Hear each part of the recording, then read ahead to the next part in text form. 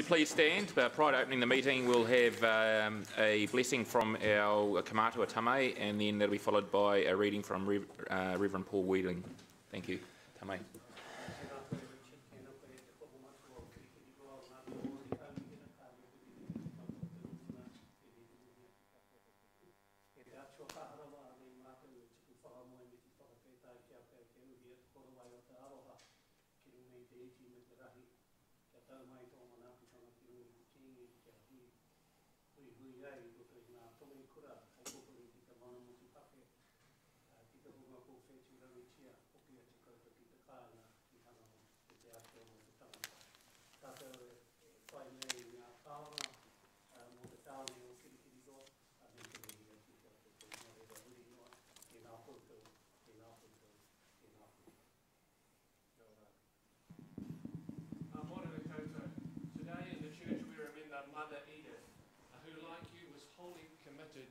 To community well-being.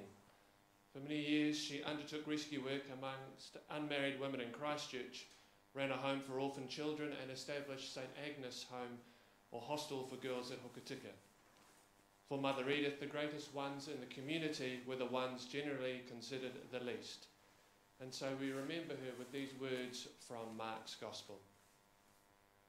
Then they came to Capernaum, and when he was in the house he asked them, "What were you arguing about on the way?" But they were silent, for on the way they had argued with one another who was the greatest. He sat down, called the 12, and said to them, "Whoever wants to be first must be last of all and servant of all." Then he took a little child and put it among them, and taking it in his arms, he said to them, "Whoever welcomes one such child in my name welcomes me.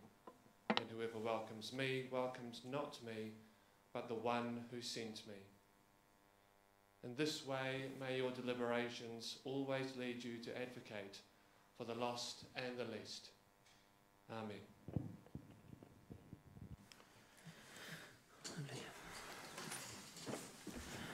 Thank you, gentlemen. Okay, apologies. Yes. Today. Another one. Yes, that's Councillor Mallet. Councillor Gary. Councillor Mark. All your wives are having operations? No, we're there for James. We're being there for James. Okay. So moved by Councillor Siggy, seconded by Councillor Dave. All those for, any against, carried. Confirmation of agenda, Democracy Manager. Thank you, Mayor Andrew. Good morning, everyone. So in confirming the agenda this morning, can we please note the following?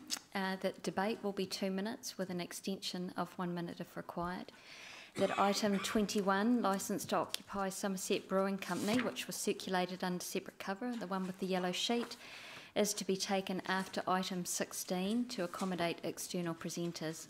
And that item C5, FMG Stadium Waikato proposed development, which is in the confidential section of the meeting, is being moved forward to the open section of the meeting and will be taken as the last item today.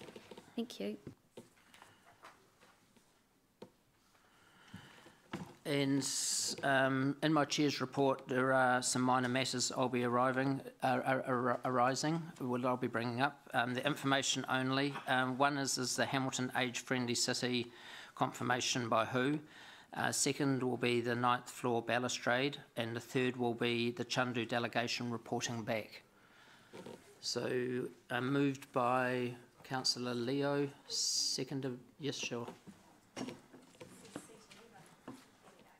Thank you. Mayor Andrew, in your Chair's report on the 19th of April, you deferred the Founders Theatre, a Founders Theatre report to this meeting, so that's not on here. We'll have to defer that again. It was deferred to the 24th of May. Two other items, oh sorry, no, that's one. And then also Excite Trust Memorandum of Understanding. I'm not sure if that was a resolution, but it is on the report schedule. So maybe the CE can comment on the second. I'll ask the Deputy CEO to comment on the second. On the second. Yeah, just finalising some of the wording's taken a little bit longer, as it says in the Chair's report, so that's the reason why that's been deferred. But just talking to Jeff Turkington over the last couple of days, it sounds like that's all been resolved and that will be coming as per what it says in the order paper today at the next meeting. Okay, thank you. And the founders' report? That one slipped by me, so we'll have to bring that back to the next meeting. I'll follow up with Sean and give an update via email to the councillors exactly where it's at and what will be coming back. So there is a resolution. Yep, so we have to defer again, but we can't make a decision on that one, can we, Governance Manager, today? Because it's not on the agenda. It's not on the agenda. Sorry?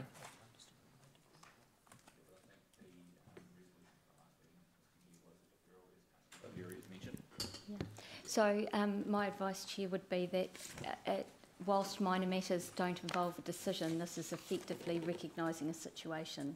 So it's a point of technicality, but we're not making a decision that would influence or that the public needs to be part of today, because it's not on the agenda and we're confirming that it's not on the agenda, so I think it's okay. So we can make a resolution to defer it. Okay?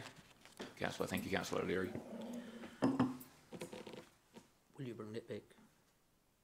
I need to text Sean, so as hopefully by the time we get to the Chair's report, I've got an answer when it's coming back.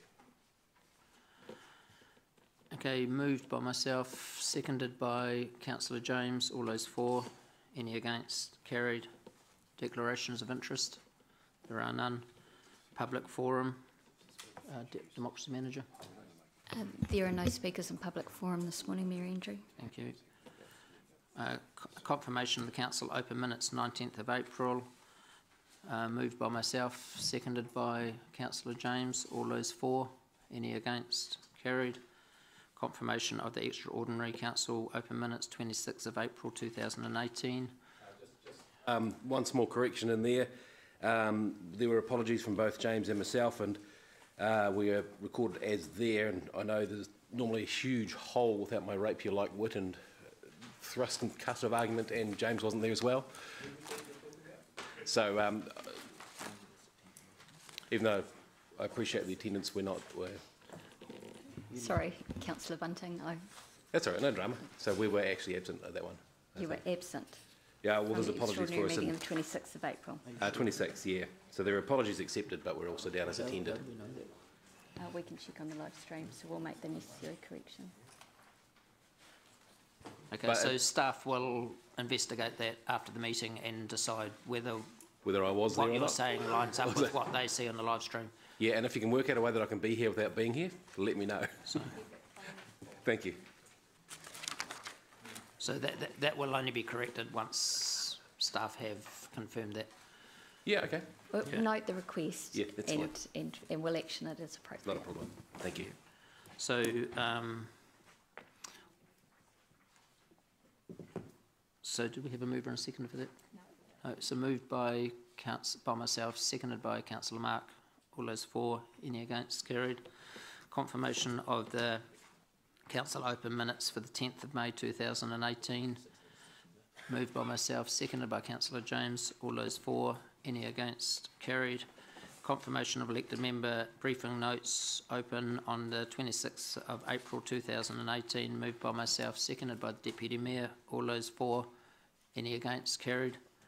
Confirmation of elected member briefing notes open 1st of May 2018. Moved by myself, seconded by its Deputy Mayor. All those for, any against? Carried. Right, so now we're on the Chair's report, item 10, page 35. And just for information for councillors, is that we'll be stopping for lunch today at around about 1 o'clock. Just if you need to plan anything or. Is that in the Chair's report?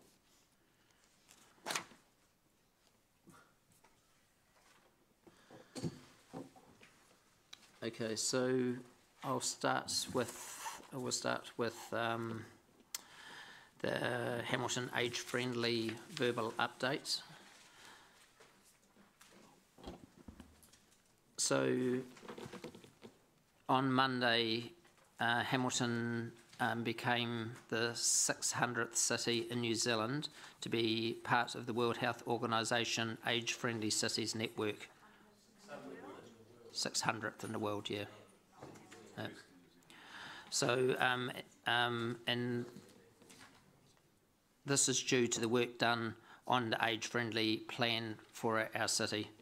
So firstly, I want to acknowledge Nick Chester and other staff who did a lot of work on developing and implementing the age-friendly plan for the city, being recognised at this international level, and it's a testimony of the time and the effort that they put into this. And this also wouldn't have happened without the amazing work of Dame Peggy Koopman-Boyden, who drove this innovation with ideas. She was one of the first people into my office when I became mayor. She has delivered this idea. She's worked with the World Health Organisation to ensure that our city gets included in this network. And I also want to acknowledge this council for signing off that paperwork a couple of months ago. So Dame Peggy's done outstanding work for the city and for the older generation, and I'd like to acknowledge all the outstanding work that she's done to make this a success. The next point I wanted to bring up for information was the 9th floor balustrade. On the 16th of November council meeting, council voted unanimously to upgrade the 9th floor balustrade, and both Councillor Mark and Jeff were absent, but they were on council business for that vote. Since then, quotes have come in and the quotes have gone above the money that we voted through at that meeting. So I also understand that Councillor James, who seconded the original motion, that he and other councillors want to revisit this decision and not progress with the upgrade. So due to other standing order requirements, this decision can't be addressed today. However, I have talked to the Chief Executive and the project has stopped until the matter has been revised at the next council meeting. So, so I just want to be very clear that no money has been spent to date and no work has been carried out on this project.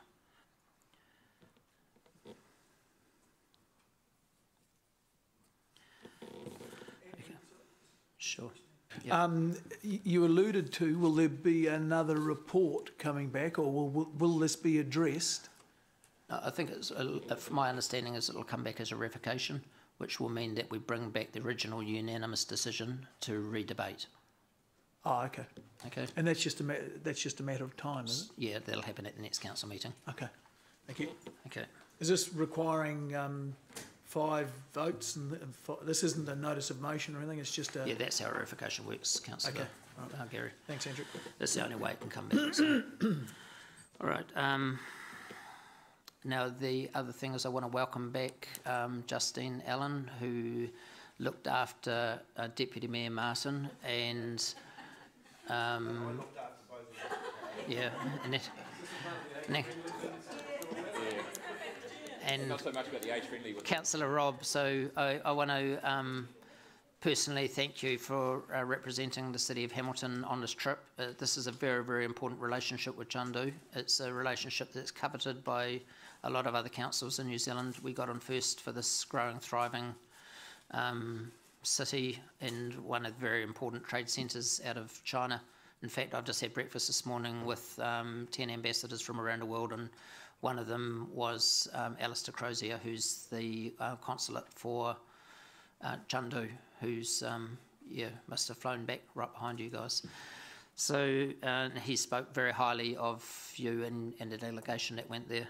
I also want to acknowledge that John Kinghorn is there at the moment as well, working on smart city innovations and different things. This is a relationship that's not to be overlooked or misunderstood for what comes back into our region and into our city because of this relationship. So I want to hand over now to the Deputy Mayor who led the delegation, who can delegate in whatever order you would like people to speak in, but I'd like Justin, if you come forward as well, and if you can just speak for a few minutes each from the heart and from the head on how the trip went, and just share it with members and the public. Thank you. What goes on tour stays on tour. Well, obviously, In terms of the relationship, Justine Allen's role was quite critical in terms of her interaction with the two excellent officials who basically accompanied us and assisted us, her interaction in terms of setting up the appropriate media interviews. And I have to say, I found Chinese media very nice. I'm sort of quite like them. They were very respectful. The only problem is the two Chinese officials with us had to translate my answers from English into Mandarin, and I thought I'd given a succinct answer, and after about 5 minutes of ongoing Mandarin translation, I decided perhaps my answer wasn't too succinct. No, it's really interesting where your answers are played back, and you think, hell, did I speak that long? And, so that was interesting. But out of that, obviously, from the point of view of the city and Waikato region, certainly we had access. I did a media conference after my presentation to the Innovation Forum, including local television, and of course that television serves a population to the province of about 86 million people. The size of Chengdu itself is London or actually greater. So if you want a scale, that's equivalent, dare I say it, to use a city which we're all familiar with, the Mayor of London having a relationship with our council. The conference actually consisted of probably 30 to 40 international cities, but also I noted that, for example, was diverse as the city of Sydney, Perth, state of New York, Nottingham in Britain, where I've, thanks to, met this chief executive and will certainly be, when I'm over there on a private visit, doing some follow-up around transport. And there are a lot of other smaller places, larger places. So in terms of Hamilton and the Waikato, I think it was excellent vision on the part of our particular institutions, Wintec and the University of Waikato, to start building that relationship. And I think Hamilton, of course, is well placed and lucky to have a relationship with this particular region, which is obviously the major sort of capital region in terms of inland China. They have all spoken very highly, obviously, of Mayor Andrews' visit and Mayor Hardacre's visit, and it is a very interesting. Suddenly I was at this large meeting and there was this huge, ginormous picture of former Mayor Julie Hardacre, which gave me a bit of a fright initially. Then I realised she wasn't actually in the room as well. But I just want to say seriously that they had deep respect for her and the Mayor in terms of that contact. That involved obviously face-to-face meetings with the Mayor of Chengdu, who remembered with absolute focus and fondness and respect his visit to Hamilton, and also the Vice Mayor of Chengdu, and she was, again, very, very enthusiastic about that relationship. In terms of the broader context of the so-called One Belt, One Road initiative, what the Chengdu province is doing is basically advancing its relationships in terms of being a growing and significant economic powerhouse in China and the inland areas. And obviously this is consistent with the Chinese government's outward approach. The thing that I think, and it was relevant for me because in a previous life I was chair of the Foreign Affairs Committee, Defence and Trade, that sought and got parliamentary approval for the New Zealand-China Free Trade Agreement. I noticed that that's now being renegotiated to deepen it. And of course, just working with the New Zealand consul in Chengdu and the amazing contacts he and his office have built up now, that particular agreement is certainly showing massive fruits and also great benefit to the Waikato and Hamilton region. And just by example, we were accompanied by the international deans from the University of Waikato, and two things. Obviously, I was involved with an official ceremony to launch the construction of the University of Waikato Chengdu Sister City School project, and also Ed Weems on his media stand-up talked about eventually developing a joint degree between an education institution in Chengdu and the University of Waikato, which would be available obviously to both Kiwis and Chinese, that would, I suppose in summary, take the best of an Eastern approach to learning and the best of a Western approach to learning. So the other thing also was that they are extremely, and that was billed when I spoke at the conference, they're extremely interested in the work of our innovation park, extremely wanting to deepen the relationship in terms of our dairy product, our IT, and obviously the exchange of students, and that has direct economic benefit for this region. With irony, I found out that Chengdu apparently was a kiwi fruit growing area. I don't think they call it kiwi fruit. But double irony is that through the consulate they're doing some investigation of exporting and growing the New Zealand version of kiwi fruit. They used to call it Chinese gooseberry in my day, but apparently it's now kiwi fruit that they grow in China, which I thought was quite interesting.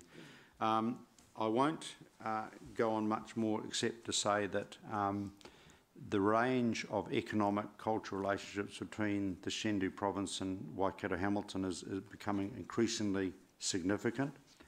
I do think in China is a unique country from my previous visits and experience in that the political involvement in trade and relationships is unique, and obviously over there, if you have the mayor or the vice mayor or senior official politician, that actually counts in the Chinese frame of doing business and doing trade. That's why you will see John Key or previous Prime Minister visited there, Trade Minister Winston Peter accompanied trade missions, etc.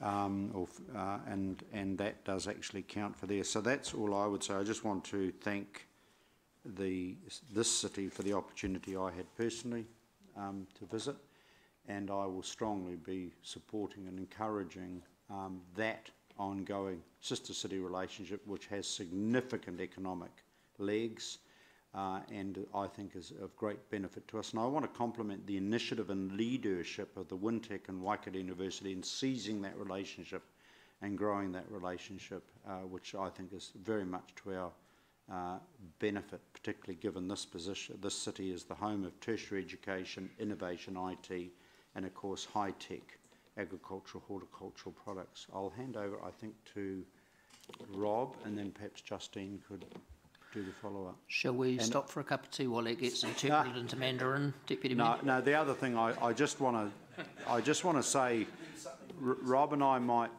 debate on different issues, but I have to say, in terms of his listen up, as they would say, in terms of Rob's background and his own links with Wintec, PwC, he was a very, very good complement to our delegation and was able to engage significantly with a number of our Chinese hosts. So from my point of view, cards on the table, I had an excellent delegation. I thank them for their assistance. You have 1 second. Is there anything left to say? But thank you for those very kind comments, Deputy Mayor. Look, this is has been my first visit to China, and I was certainly blown away by the sheer size and scale of the country. You know, where they've got 1 billion people, and a very fast rising middle class of around about 300 million people. So you could see significant areas of wealth there, and also crying out for trade and the kind of goods that we and other countries around the world sell. The new territory or suburb they've got over there called Tai Anfu, we visited, is absolutely amazing, and on completion will house several million people. So while we talk about Peacock and Rotokauri, this is Peacock on an absolute grand scale. But what it was quite envious to see is that Tai Anfu is largely underdeveloped, but there are 4-lane highways going in all directions, underpasses, developed parks, lakes and so forth, well ahead of the housing and business development within the suburbs. So it was quite envious to see that. We tend to do these things well and truly after the residents have already built their houses and moved in. Martin mentioned that we visited and participated in the sod turning for a new primary school kindergarten, which will feature Hamilton in its name. And I think that that's a major coup for us, given that we're a relatively small city alongside the other cities. And this initiative, which includes input from the University of Waikato, includes involvement of Hillcrest Normal School, Berkeley Middle School and the campus kindergarten. So there will be some ongoing links around the new school. As expected, Deputy Mayor Martin spoke eloquently and with passion about Hamilton alongside the Deputy Mayors of Los Angeles, Sydney, Toronto and other major sister cities who joined us at this particular forum. So thanks to Martin for that, and as well as sincere thanks to Justine, who made sure that we got to where we had to go on time, and the two ladies from the Chengdu provincial government who made sure that there were cars waiting for us. And I guess one of the exciting parts was going to the formal conference dinner, which was at a hotel down the road, but was about 30 minutes away from our hotel, and we had a police escort. So on every corner we went through, there were 2 or 3 policemen holding back the traffic, so that these 3 busloads of conference delegates could get through to their hotel on time. So thank you very much for the opportunity to represent the city, and certainly I would encourage our ongoing participation with Chengdu. It certainly is a powerhouse and a province that has similarities, given it's a food belt, has similarities to the Waikato. Thank you. Justine Allen. Not sure there's much to say. No, look, I just want to say it was a really successful trip. I have to say I was really proud of Martin and Rob. They represented council brilliantly and represented you brilliantly, Andrew. Martin spoke fantastically well at the mayoral forum. There was a lot of comments that he was very on point with his message compared to a lot of the other cities who, to be honest, kind of were not on message. So he spoke really well about Hamilton, and people did mention that. And represented brilliantly, both of them, at that soil turning at the launch event, which turned out to be probably far bigger than any of us anticipated. I don't think can be underestimated how big that school project is for Chengdu and the Tianfu New area. So we're one of only 2 sister cities who've so far undertaken it. Montpellier, France is the other. And the schools look like they're going to be amazing, very much about the environment and greenery, and just a different way, I guess, of doing education for the students as well, and a bit more of a Western style. So the university's project will be fantastic with them. It was very clear they value the relationship. They were very keen that the Mayor of Chengdu remembered Andrew and wanted to know how he was.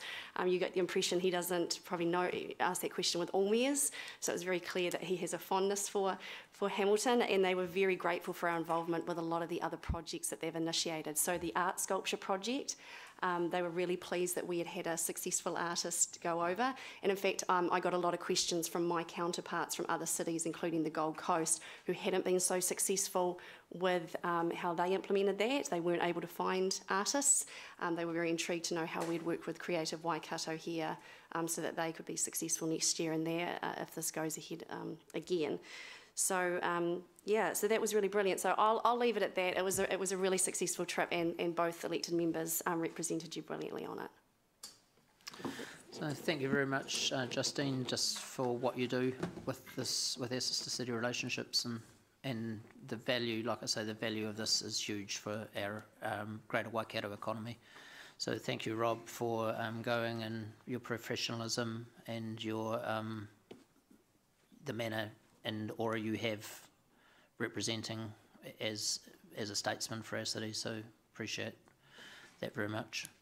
And Deputy Mayor, we thank you for leading this delegation and for your long experience in both central government and local government to be the right person to lead this for us.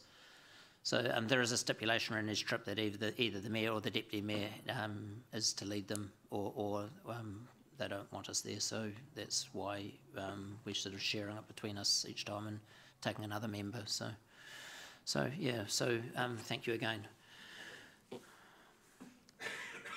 Okay.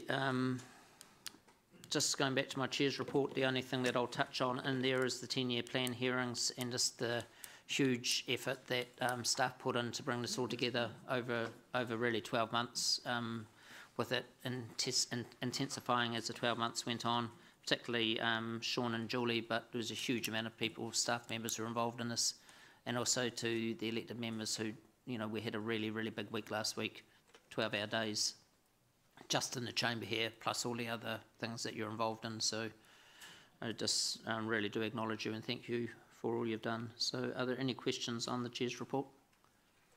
Okay, I'll move, seconded by the Deputy Mayor Martin. All those for, any against? Carried. Okay, we'll now move to item 11. So this is the Chief Executive's report. Are you presenting on this one? I'll hand over to the Governance Manager to answer any questions. Thank you. Yes, councillors, I'm happy to take this, the report as read, and answer any questions you might have. Okay, I'll move, seconded by Councillor Mark. All those for? Okay, Councillor Ange. How are we planning to engage with the city on this in terms of the process timeline? No, we didn't. You're quite right, Deputy Mayor.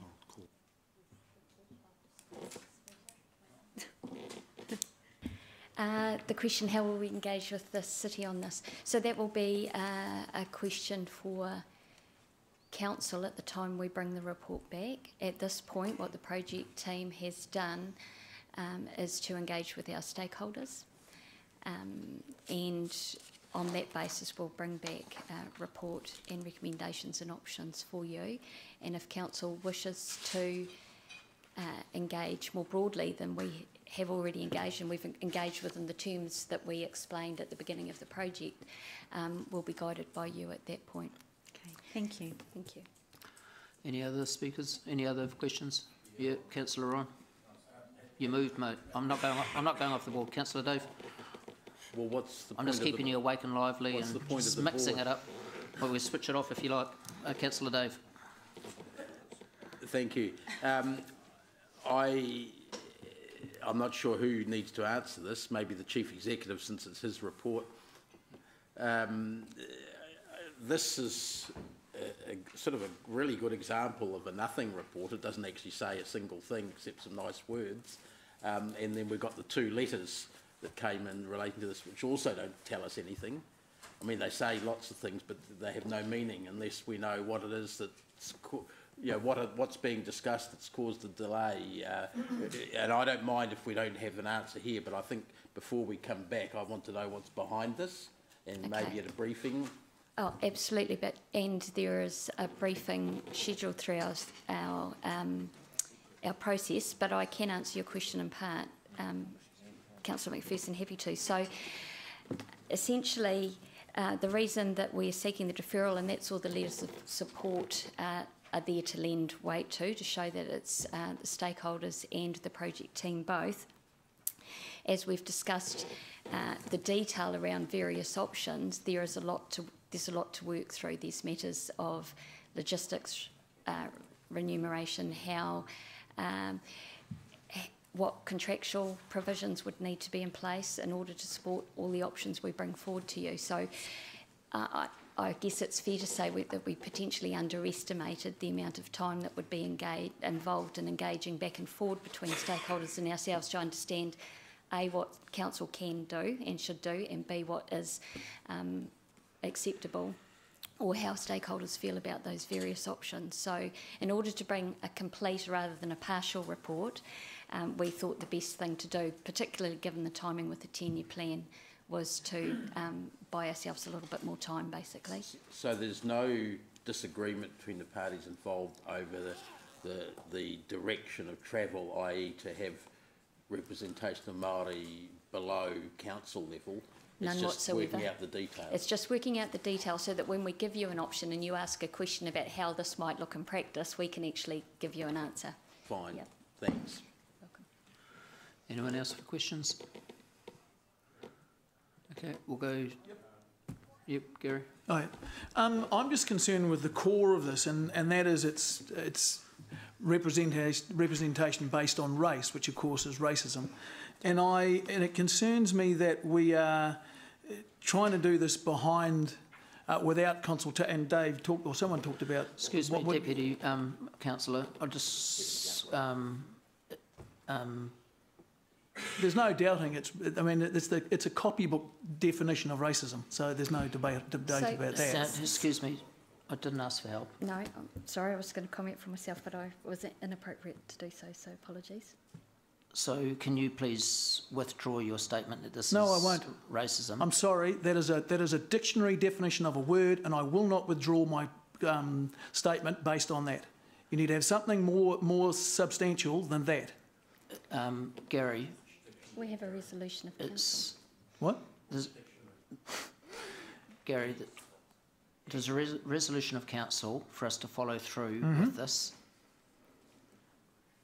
There are 13 elected members around this table, and we've asked... So what? We're looking at bringing in other people to advise like we do on other committees. And when we bring in somebody to advise us on other committees, we don't pigeonhole or target or name those people as being something which is socially unacceptable. So I just want to put it on a record very clearly that I don't find it acceptable that when this council is talking about bringing Māori representation in as advisors around this table on our committees, that's a form of racism. Why are they being brought in? Because they're Maori. What is Maori? Maori's a race. What is that? Discrimination based on race. Yes, what's your point of order, Councillor Ange? Mr Mayor, use of disrespectful, offensive or malicious language, and under the Local Government Act, councils must provide opportunities for Māori to engage and be part of the decision Councillor making. Ange. I don't need an explanation. Yes, so I rule in favour of that point of order. So please don't continue to use words that are disrespectful to... So is that word banned? No, I just don't want you to use it. If we're not allowed to use that word, again, a dictionary definition of the word you're not allowed to use it is banned. Is that word banned? Gary, I've ruled that it's disrespectful in favour of what Councillor Angela has raised. So we're now banning words? Gary, you can continue, but I don't want to use the words racism when it comes to this. The concern I have... Yeah, you can use the word racism when you come to debate, Gary. Okay? Because that is when you have your freedom to say it how you want to. But at this stage, to be proposing that this is something that a lot of members here find offensive... Well, tough. No, Gary, like I said, you can use it in your debate, but you can't use it now during questioning because you are using this to advance a political agenda, and I'm not, and that's not the time to do it. The time. Who isn't? No, Gary, the time to do that is in debate, not at question time. Okay, and so the concern for me is that throughout the country, councils are doing this sort of stuff, and they're doing all sorts of side steps to avoid asking the community what the community wants. So there's even, I think someone suggested that there should be a law that you bring in Maori seats without having referendums or without asking people. So this to me, and I think it echoed Dave's concern, that I don't think we're asking our people, the people, it's anti-democratic, first of all, and secondly, it is racist. Okay, so Gary, like I said, you save that for debate, but that's your opinion. This is question time, and it's not the time for you. And my question is, how are we addressing the concern that this is a fundamental change of our governance structure, a fundamental change of our governance structure, which is based on the R word, is that all right? And we're not asking our people about it. Okay, I'll pass this on to the Deputy, sorry, to the Executive Councillor. So, Governance Manager, over to you or to me? I'm happy to answer the question. So, So the first point here is that the project team is responding to a resolution of council. So we are doing the job and we're doing the task that you have asked us to do. The second point is that we are responding, council, in making that resolution, recognised and responded to legal and legislative obligations and asked the project team to explore how those might be expressed.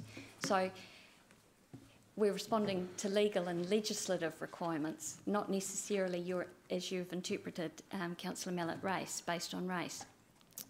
Perhaps based on partnership might be a more appropriate term.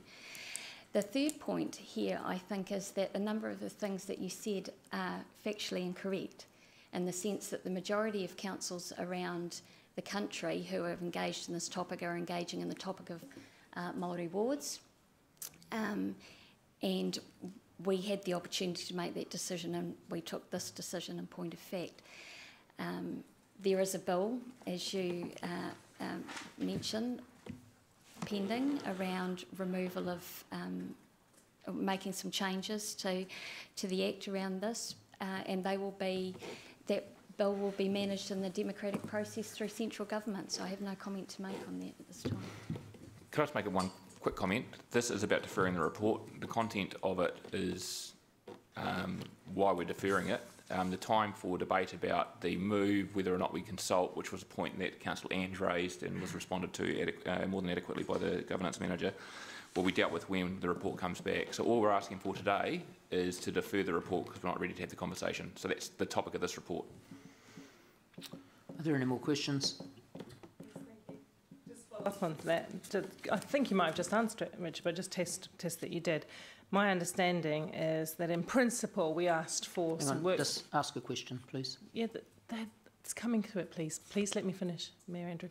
My understanding that is in principle we accepted that we wanted to do some work to see what the best way to work with Māori and iwi within the council was, and that's what's coming here. There will be a point where we look into the detail and findings of that report, yes, and that's where we can have a good, robust debate about whether it meets their needs, our needs, the local government needs. This isn't a question. This is you telling us what you understand. Look, go to have I understood that correctly, please, Chief Executive or Governance? Look, could members go to page 38? The staff recommendations at the bottom. It's very clear. That's all that we're voting on today. Okay, we're not into different people putting up different understandings of different ways that they may or may not see it panning out. Through you, Mr. Mayor, asking a question for clarity, which I just did, is appropriate. I'm going to leave that comment there, but I strongly feel that way. I'm entitled to ask a set of information for clarity, and I did. Thank you. Any other questions? Okay, we'll move to debate. Anybody? Thank you, Councillor Dave. Been moved and seconded? Yes, it has, by myself and Deputy Mayor. I just want to make the point here that every council at this time in the cycle is required to look at this question of how best to involve Māori in the council's workings. It is not racism, it's a legal requirement, one. Two, we're trying to work out how best to involve Māori. That's inclusion, it's not racism. I draw a parallel with the Audit and Risk Committee, where we appoint outside people to that for a good reason, because we want their expertise and information, and they're accountants. I feel like it sometimes, but I don't involve myself in accountantism, is what's the word for that? No, isn't there? There should be, if there's not. We are looking for expertise in this area and involvement. If that's being equated to racism, I think the dictionary that's being used is the ACT Party dictionary. Thanks. Councillor Gary. There are lots of times we ask for outside guidance or support, and that would be because the person has special knowledge or for some reason. But and then you would call it knowledgeism, I guess. When it's based on race, it's called racism. It's very, very simple. when the All Blacks pick their team, they look for the best rugby players. You'd call that rugbyism, I suppose. They do not look for the best race. They look for the best rugby players. What we're doing here is, and it's the thin end of the wedge, and I fully understand we have to do it. I mean, you know, it's a very, very difficult situation where you've got a very strong value, which is we should not discriminate based on race. You've got another very strong value, which we should be a country of laws and we should follow the law. And unfortunately, we've got a law that's got the kernel of racism in it. I'm struggling to understand how on earth I do get through this thing, because I understand I've got to follow, you know, it's right that I follow the law, but there's a law we've got here which I think is fundamentally racist. So, yep, you'll all grizzle and carry on. I don't know if any of you got the understand what I've just said then, but it's a very important issue. So, I mean, I won't be voting. Well, this is just deferring the report, so it's irrelevant, to be honest. Thank you. Okay, we'll go to the vote. All those for? Any against? Carried unanimously. Thank you. Okay, we'll now go to item 12. Thank you, Ricky. Okay,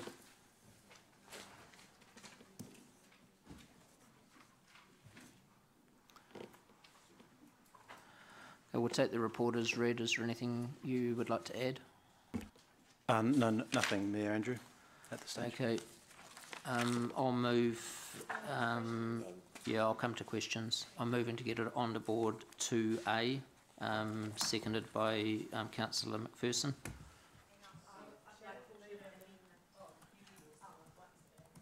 Yeah, Councillor Angela.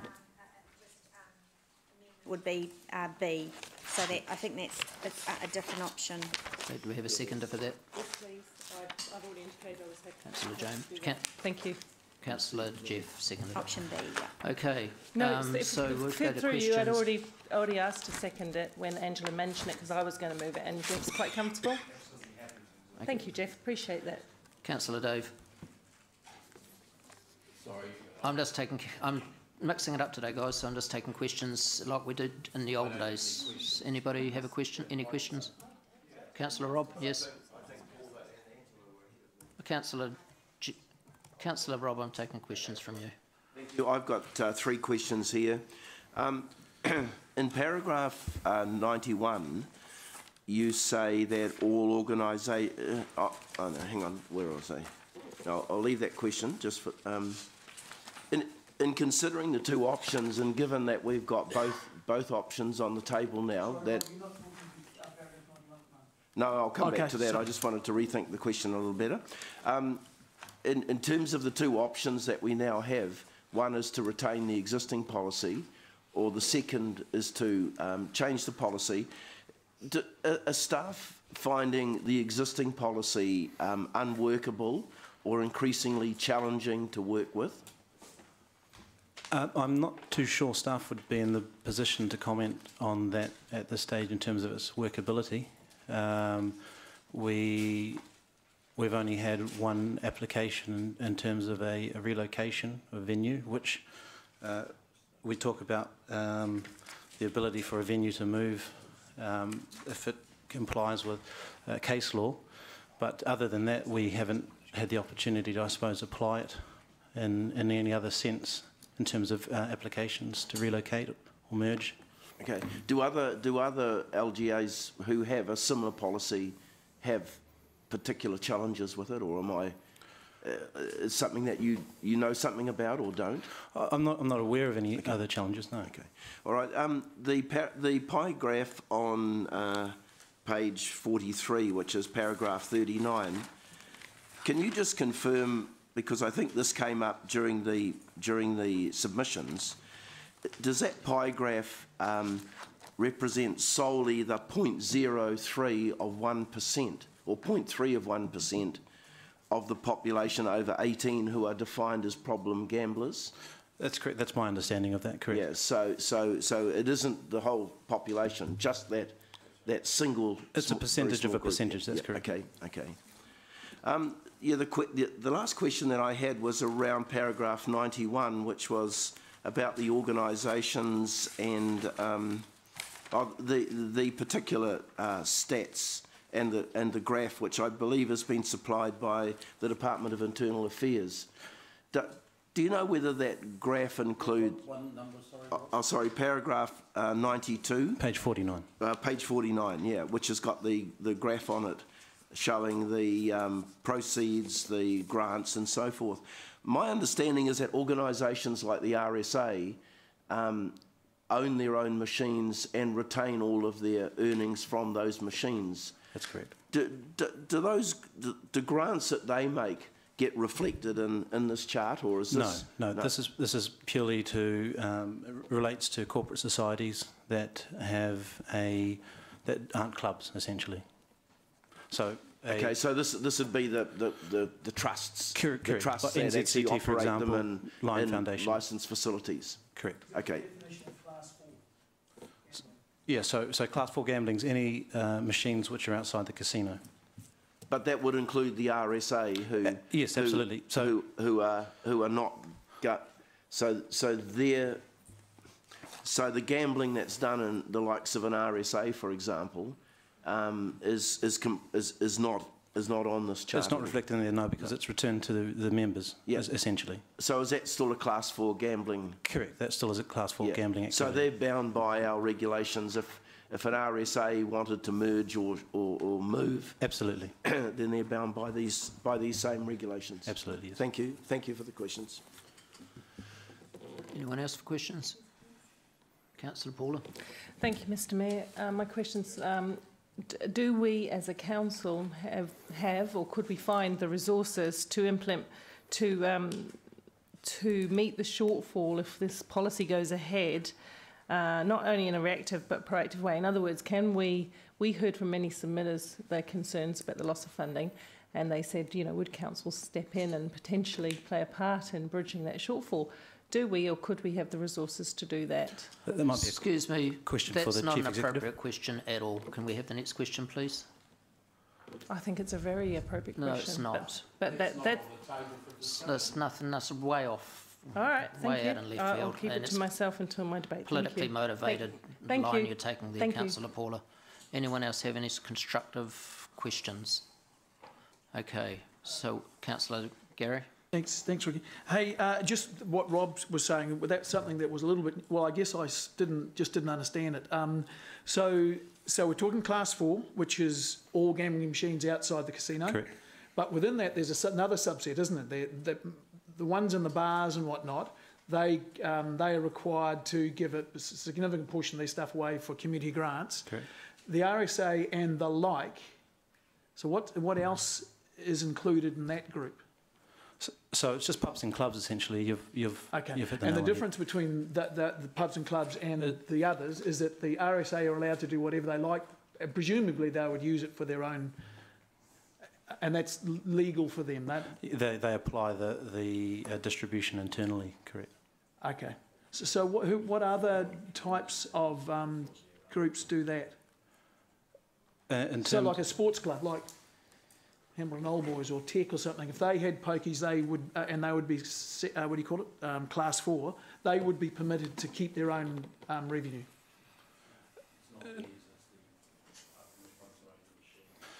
Yeah, so the corporate societies actually own the machines themselves.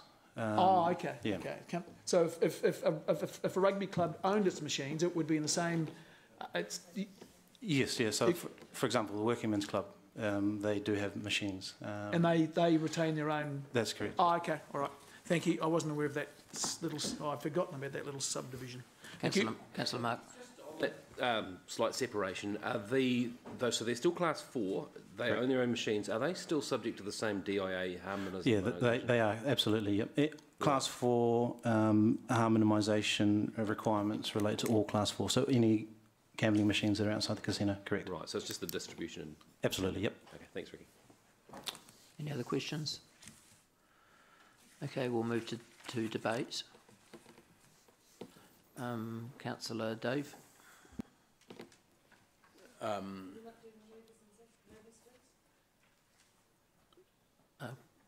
Sorry, I'd prefer it went in the order that the people have put up there. It's a lot easier for all of us to manage, Your Worship, if we followed Councillor Paula. your order.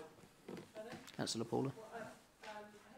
So I was first on the board, but I was actually thinking you would put the movers of the motion first, like usual, and then I'm happy to go after that. Councillor Paula, I'm taking your debate. Okay, thank you then.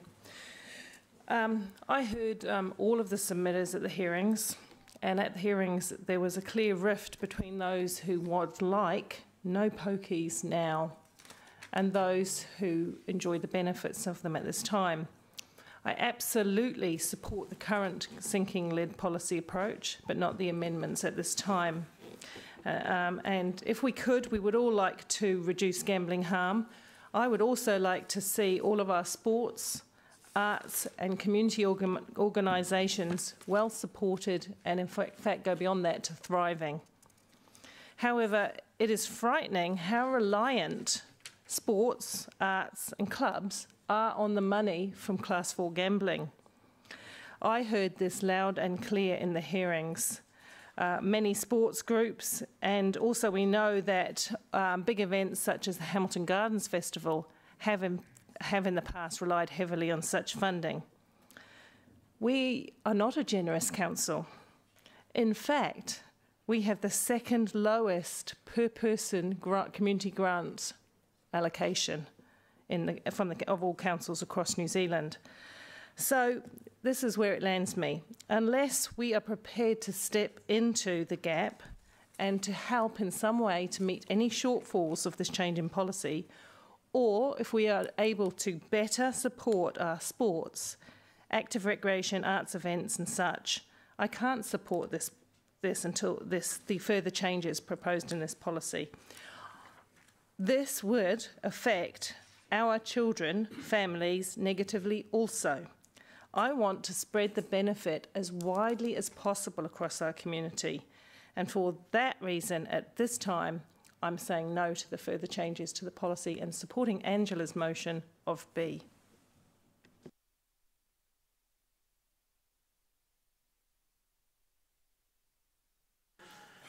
Councillor Angela.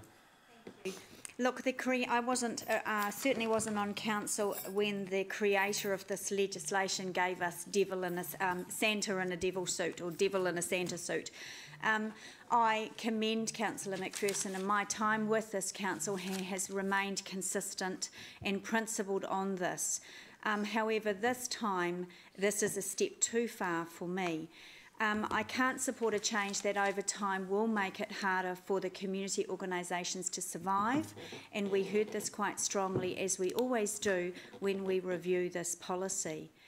The reason that the limited relocation clause was added at the last review was because we heard of the future possible moving of clubs like the Cosmopolitan Club, who told us that their building was pretty much falling down around their ears and they would want to move. And that's a club with hundreds of members providing a place for people to socialise. We know that in the last decade the number of grants in Hamilton to Hamilton community organisations has reduced by nearly 50%. It's gone from 8 million to 5 million. So the fight for those community organisations has never been tougher. There are more groups, we know this, than ever before competing for the same dollar, and yet the dollar is dwindling. The world has changed certainly since I grew up and raised money for pony club activities through cake stalls and sausage sizzles. Fundraising, as we heard through submissions, has become a business. To compete and survive, community organisations need to present nothing short of a business case when applying for even the smallest amount of funding. There are more boxes to tick, more hoops for community organisations to jump through than ever before, and the government requirements for not-for-profits is constantly changing, which requires, as we heard through submissions, more and more accountability, which adds more cost. Governments are doing less, including us, and communities are doing more. We know that there are more non-government organisations than ever before, filling the void left by governments. More children's activities, more community health and wellbeing initiatives, and more demand for free, large-scale public events like Balloons Over Waikato, who told us that they rely on $137,000 a year. We asked the public what they want. The majority of submitters, 76% in fact, told us they are opposed and that the proposal is too restrictive. All of them said so for the reasons that I have articulated, that any threat to the limited funding available now will reduce their chances of survival.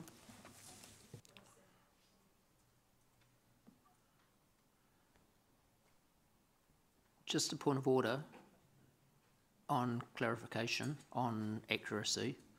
Is there less money coming from poker machines now than there was in the past? I'm asking the staff member, or guide me to the point in the report.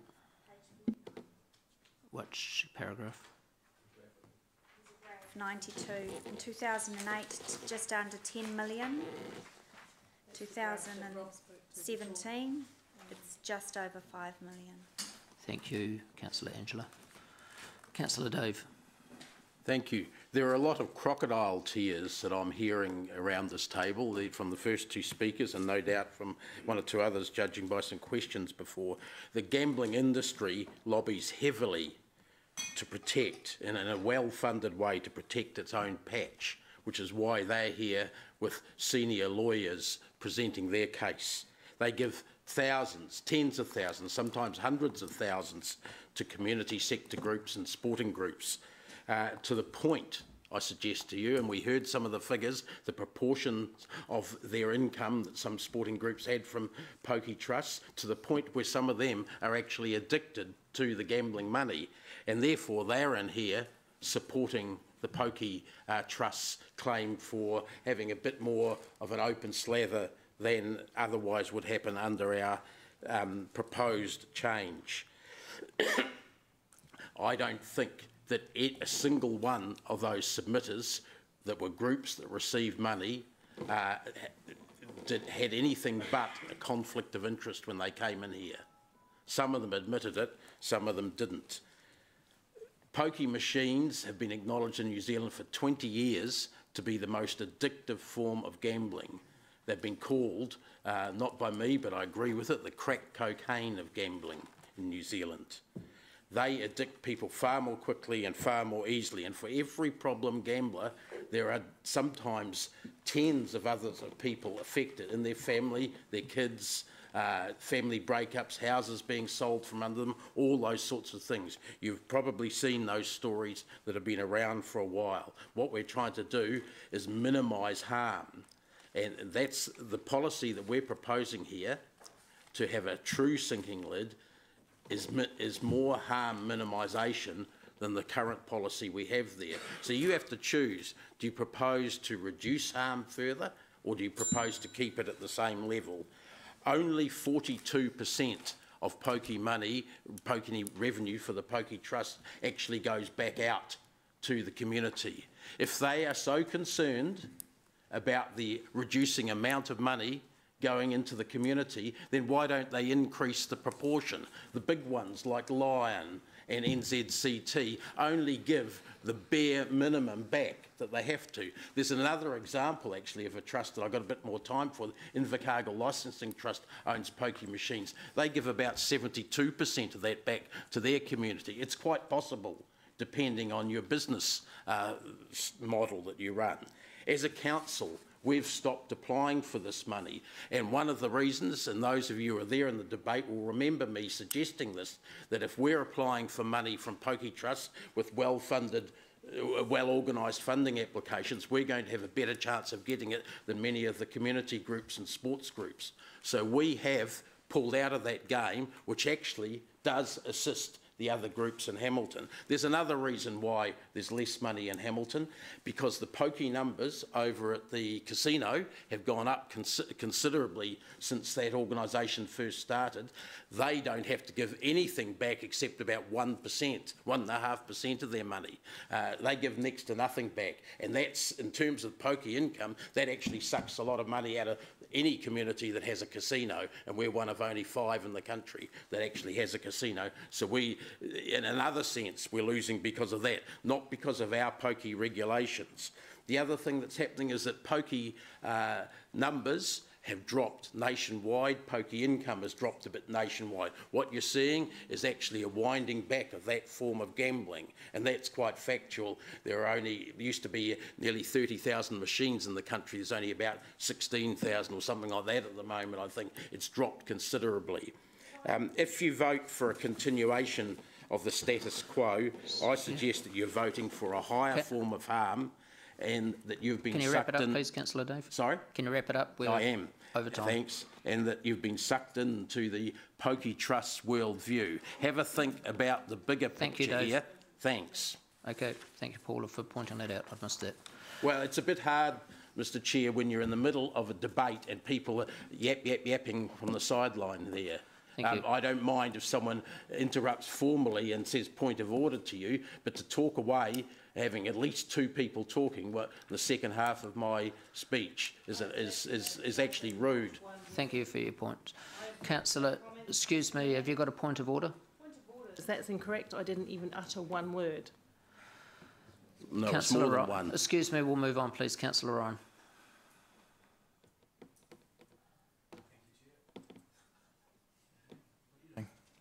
I'm trying to get on the speakers list. He said me, didn't he? Oh. Yeah, no, I'm just pushing. Okay, I philosophically disagree with taking money from the most underprivileged people in the community and then dishing it back and wrapping a bow on it. This council was very passionate about trying to amend the alcohol licensing, etc., the PLAP and everything, because they realised the harm, and yet when it comes to this, everyone's so split. We had speakers come in and talk about how restricted and regulated the industry is, but to me that's just putting lipstick on a pig. As already mentioned by Councillor Dave, most of the submitters had a conflict of interest and were looking after their funds in perpetuity. As HCC, as a good corporate citizen, we have already made the agreement to not take funds from gambling or pokies, so this amendment would be congruent with that, not inconsistent. It's like a drug dealer saying they're going to buy drugs anyway, so they might as well buy off me. Trusts are worried about the tap going to stop instantly. The tap's not going to stop for probably 20 or 30 years. I currently sit on a trust that receives some money from these funds, and the trustees know that this isn't ideal, but they're also of the mind that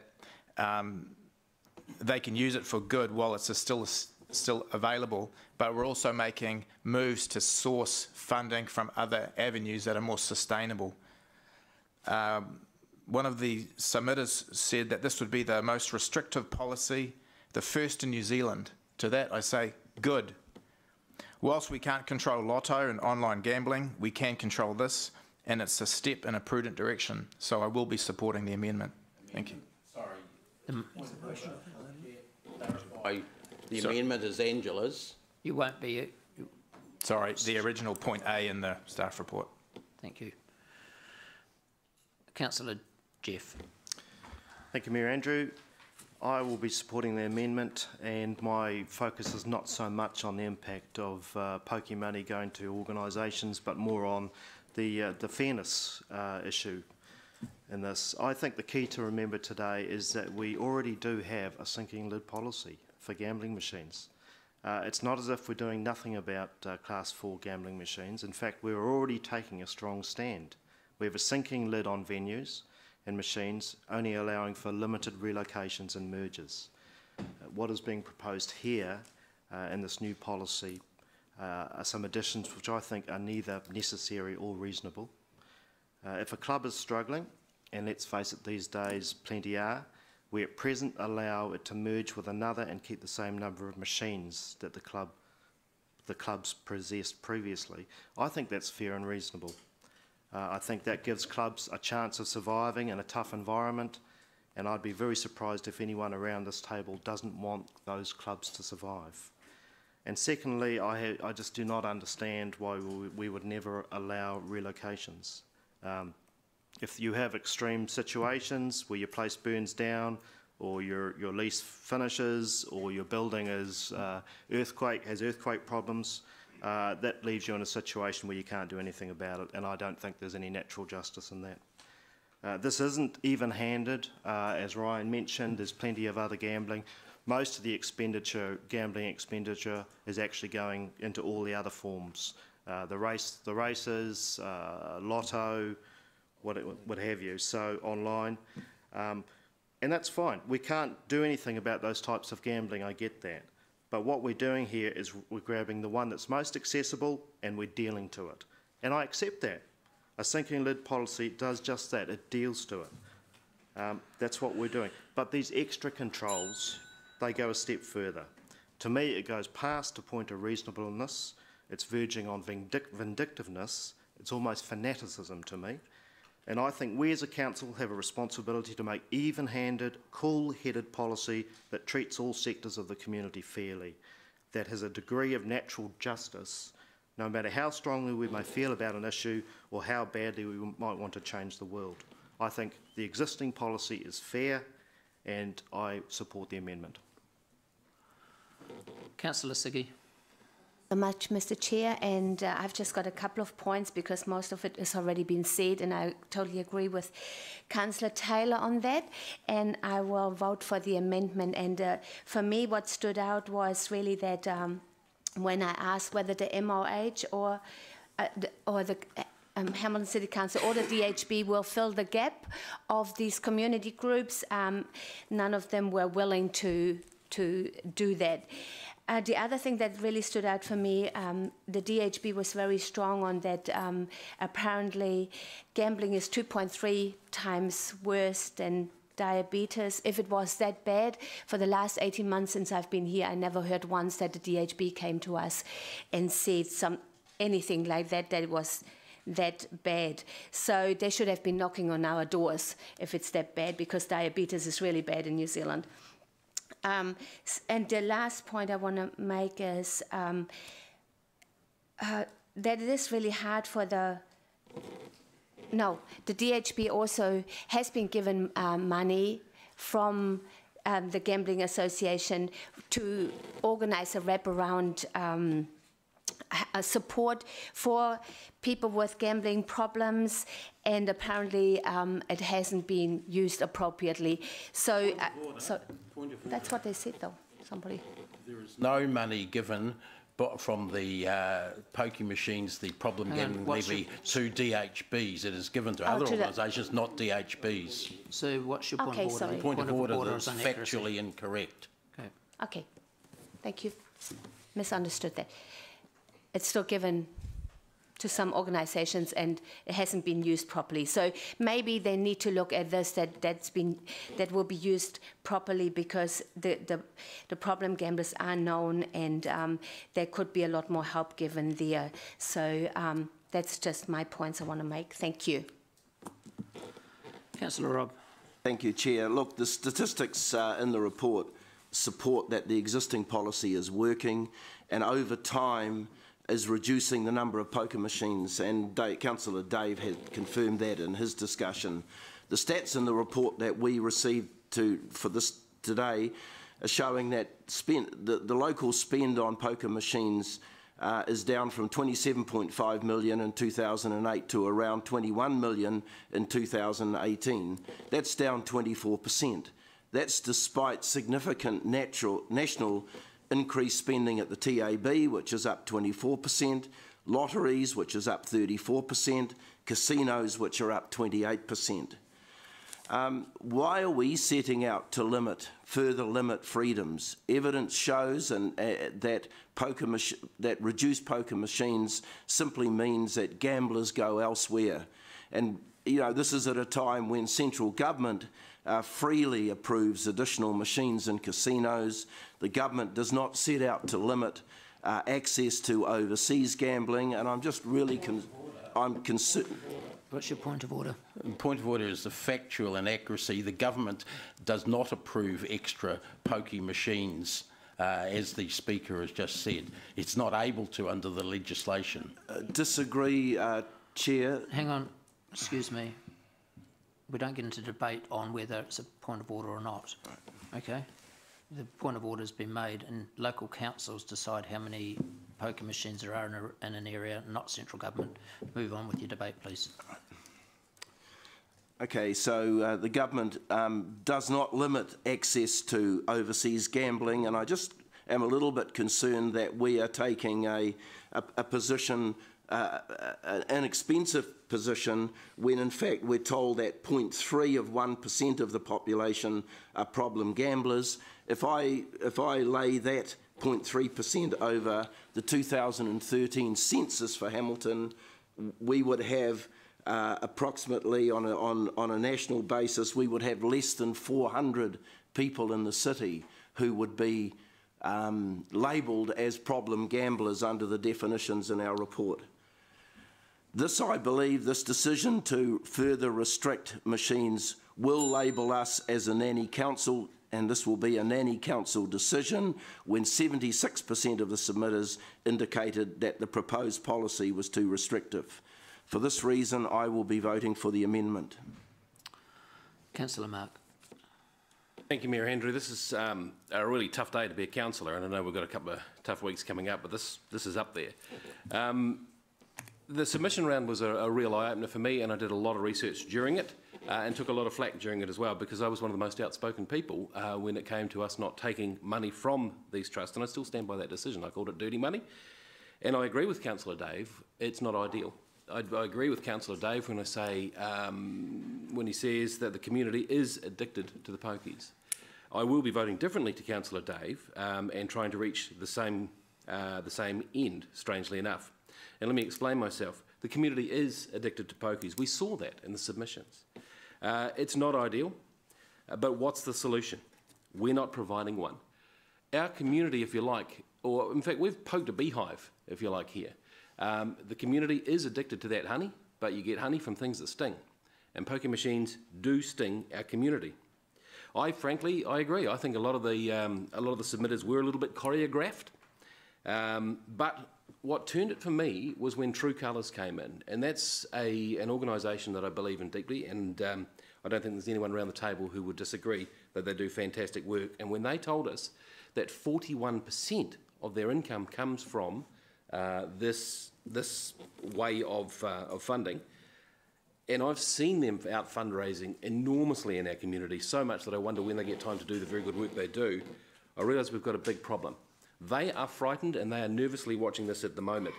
But what I am convinced about is, having talked with as many of those people involved with the situation as I can, is that this is the area that actually is, to a degree, regulated, and it's probably the best regulated, and it has the most safeguards of gambling there seems to be out there. The options don't have those safeguards and don't have that regulation.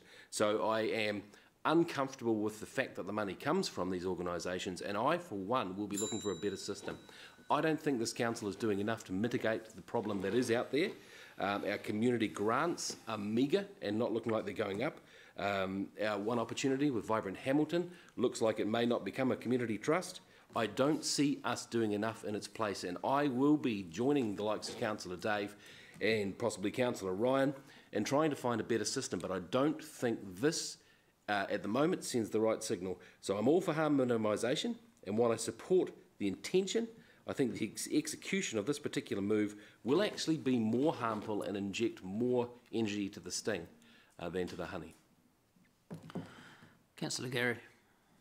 Thank you very much. I was delighted to hear Rob use the F word, freedom. Doesn't get said enough around this table. And I'm going to start right there. I think people have every right to spend their money as they choose their entertainment dollar. If they choose to spend their money in poker machines, it's up to them. They suffer the consequences. They win, they lose, and a very, very small number become addicted. So then the problem, so then you say, okay, how do we get rid of gambling? Well, you'll never get rid of gambling. Gambling's been around as long as prostitution and booze. It's always going to be with us. It always has been with us. So then you ask, how do we mitigate the damage from gambling? And I believe there is no perfect answer to that, but I believe the effort, and I was fastidious about asking people, how do you mitigate it? How do we prevent people? How do we look after people who get caught? And the way I see it, these guys, what are they called? Thing 4? Class 4, thank you. Regulation 4. Class 4 have outstanding processes of training staff, and they have the ultimate sanction. If they do it wrong, they lose their blimmin' licence, just like a pub. Now, we can argue that those things don't get enforced enough, and there's some honesty in that, but to the extent they do, they are far better than every other form of gambling I'm aware of. People, if you close down if we get to Navarra, which Dave's after, which is no Class 4, do you honestly think people are going to stop gambling? They'll be gambling on their phones in their beds at night. They'll be gambling at work. They'll be gambling all over the place on the internet. And the internet gambling is totally Wild West. There is no control over it. There is no protection. There's no one there to tap you on the shoulder and say, hey, buddy, I think you've done enough. There's no control at all. This stuff at least has the virtue that it is controlled, and there is some mitigation there.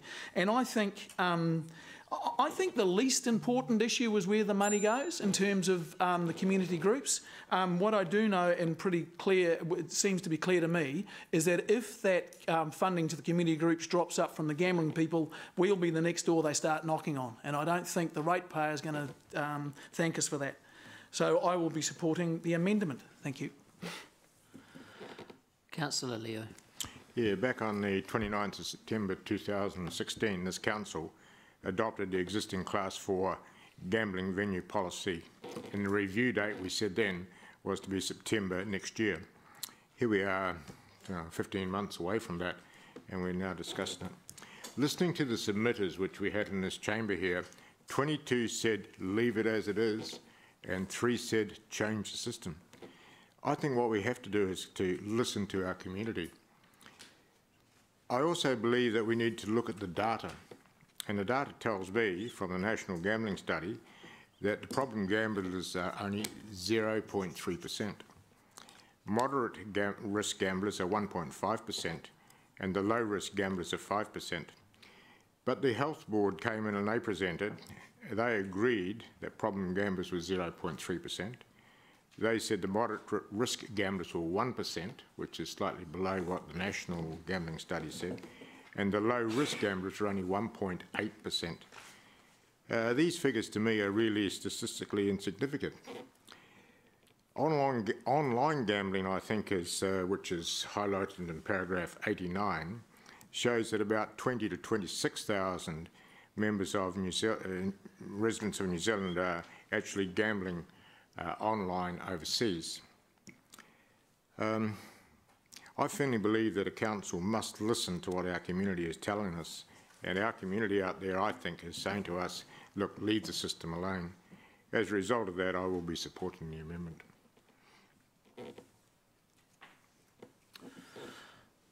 So I just want to make it very clear that the submitters who came into this room, almost all of them had an iron in the fire. And that was profit. That was there for the money, money, money, money, and what was in it. Gambling, smoking, and alcohol are things that there's a responsibility with them, and that's why they're heavily regulated, because they harm people and they kill people. These poker machines are a high-value commodity. Don't call them Class 4 gambling. They're poker machines, and they have a high addiction rate that goes with them. They're engineered to capture people and draw them in and addict them. These machines are moved from area to area when they can, if there's a bigger profit in it, to go to another area. And if there isn't a bigger profit in it, they stay where they are. And don't worry, while this policy's been in place, there hasn't been one machine moved from a low social deprivation area into a high deprivation area in the CBD here, because there's less money in here than there is out there. They will never move, because they're sucking the money from the vulnerable, from the low deprivation people in some of the areas of our city. Now, we're not trying to take them off them either. This isn't what this is about. They are grandfather righted and protected. But this is an industry that feeds on the vulnerable and feeds on the weak. Yes, of course, other people have a flutter, but there are people that this draws their whole salary from. Their kids are walking around in bare feet and hungry, while we pat ourselves on the back in our white world, where we draw down $70,000 to $140,000 around this table per annum, and say it's all right. Well, we've got social workers working out there for nothing, volunteers, and for charitable organisations fixing the mess. So pick up your responsibilities, team.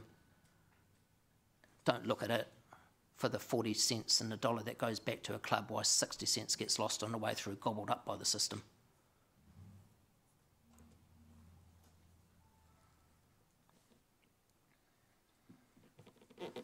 Okay, we're voting on the amendment first.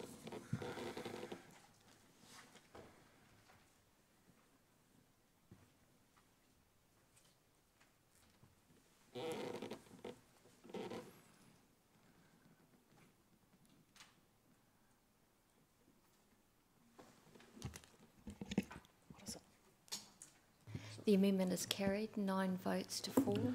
So the amendment now becomes a substantive motion. We'll vote on that.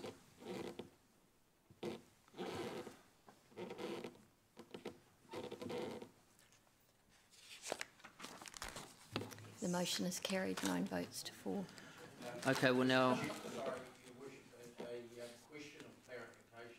Go through you to the governance manager about the process relating to what Councillor Tooman pointed out about the previous motion in relation to the before today on this, saying that it was to be reviewed in September next year. Is that still possible in a technical sense through standing orders? I'm sorry, Councillor, I don't understand the question. The motion, Councillor Leo pointed out during his speech that the when the policy was last reviewed, not this time, in September 2016, that it was proposed there that it be reviewed in September 2019. That's correct. So I'm asking if that's still possible given the current round we've had. So the report itself, as I understand it, in option B points out that the existing, the amendment is that the existing policy is placed and will be reviewed in September 2019. Great. Thanks very much. Just before the election. Thanks. Okay, we're now, excuse me, Gary. Councillor, item 13 on page 55. No, we'll keep going till 11:30.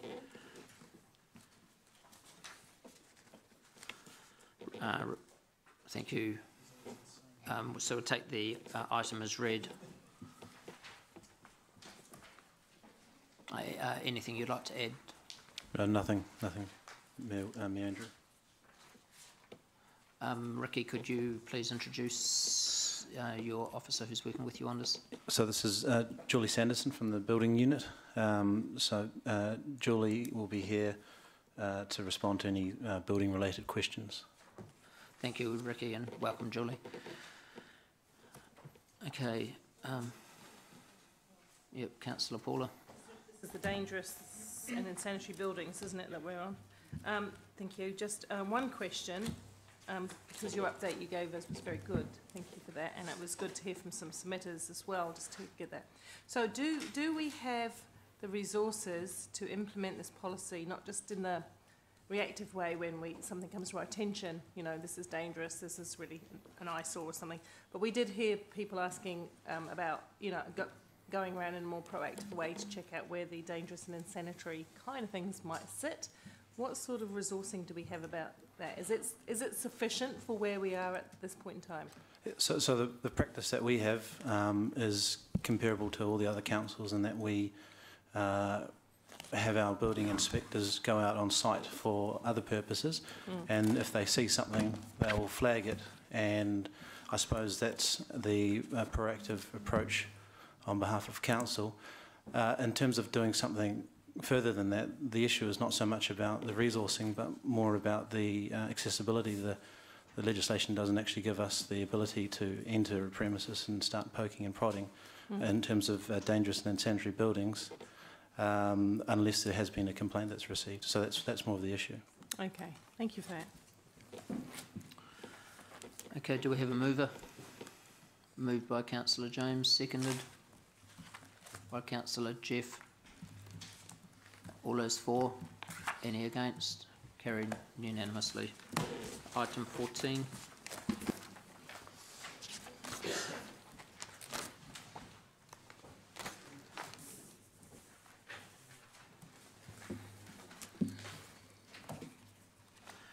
So we're on page 63. Chief Executive. Yep, so I'll take this report as read and happy to take any questions. Councillor Paula. Oh, no, I'm not up there. Councillor Jeff. Thank you, Mayor Andrew. My question would be, what would be the impact on this project if the funding that's going to be asked for in the LTP in years 2 and 3 was delayed to 3 and 4? So the funding in year 2 and 3 is to basically continue examining other regulatory functions. Or delay that. One of the things I've done over the last probably 6 months, I've spent a lot of time with developers trying to understand more under the guise of affordable housing, trying to work out how we can expedite the process from thinking about a development through to giving the keys to a property owner. And we have identified there are probably aspects of the way we do things, either through the regulation process or customer engagement, that can be collapsed. So, or delay our ability to improve our processes to bring houses to the market quicker. Right, So, thank you. Yep. So it would stall things, but the work that's been done has still been done, and you know, it wouldn't mean an end to the project or anything. If that funding came later on, it would. I mean, the work done can still be used at some point. Yeah. So there's in year 1 there's 150,000 and 50,000 over the years going through in terms of some changes. There will be a district plan. From the work we've done in the first section, there will be some district plan improvements that we'd like to drive through as well, and they are we'll bring those through back to council at a later stage, but they will require some things that we can tweak up, require a district plan change as well, and they'll be real positive impacts on the way that the developers and builders and even small-time property owners do their work as well, which would delay as well. So everything just gets delayed. And I'll answer your question by looking at your face. Well, isn't some of that work you're talking about in the district plan, isn't that, can't that be done based on the work that's already been done? Yep, it can be. So we've already done, so REAP Stage 1 has identified a lot of areas for improvement. Some of those, and if you look at these like information seat, education, training and so forth, so there's a budget for that in year 1, and that's in item paragraph 12. Beyond that, there is a district plan change which requires a plan change to the district plan, which is a significant piece of work. Okay. Thanks, Richard. Councillor Robb. Yeah, thanks, Chair. Paragraph 11, you indicate further stages of REAP and for customer process improvements identified in stage 1. What do you mean by further stages of REAP? Ultimately, we're putting everything under this regulatory efficiency enforcement framework, but specifically there's probably some process improvement in terms of the way we engage around infrastructure and building is 2 main parts. So the first part of REAP looked at the resource planning side of things from a district plan application point of view. That identified some areas in terms of probably certainty for developers in terms of how they can progress things, the way we treat things, the level of discretion. But there are some stages in terms of infrastructure, in terms of, for example, we have some developers that will book well in advance of even before they ever had a thought about when they can put a building in, because they know it's that hard to get people on site through water connections. So they book well in advance and they'll hope they'll get it. When they get closer to the fact, they cancel it, and so there's all these inefficiencies in the system just because of resource shortages or uncertainty and so forth. So, and building consents the same. They'll book inspectors, they'll book, plumbing, and for the plumbing get built in tranches, and they know they need 1 day, but they book 5, and they hope that that 5 ties up when they need it. So, and that's not because the developers are playing games. That's because of just the sheer process that we involve. And I sat down with a developer the other day and went through 2 scenarios. One is what we do based on our regular process, and what he does in terms of those early bookings and so forth. And he can save up to 6 or 7 weeks in terms of a build, and for him, that developer was the holding cost of $5,000 a week in terms of that process. If they're working around that system, it's suggesting there's something wrong with the system that we need to fix, and that's what I'd like to get stuck into, is looking at that real life scenarios where we can improve our systems, be more customer friendly, be smarter with the way we do things to deliver better outcomes. So that's the goal, and it's like I said before with Councillor Jeff's question, it's been all about trying to drive for affordable solutions, and the biggest piece of feedback I've had from developers is the certainty and processing time for them is a big contribution towards whether or not they make a profit or loss on a development, and that directly impacts on where they sit in the market from an affordable pricing point of view. So are these new things that we're learning from the REAP study, or did we know about these before we embarked upon this journey? I think we knew anecdotally prior to the REAP study, but I think what we've had with the REAP is a vehicle to bring that stuff together.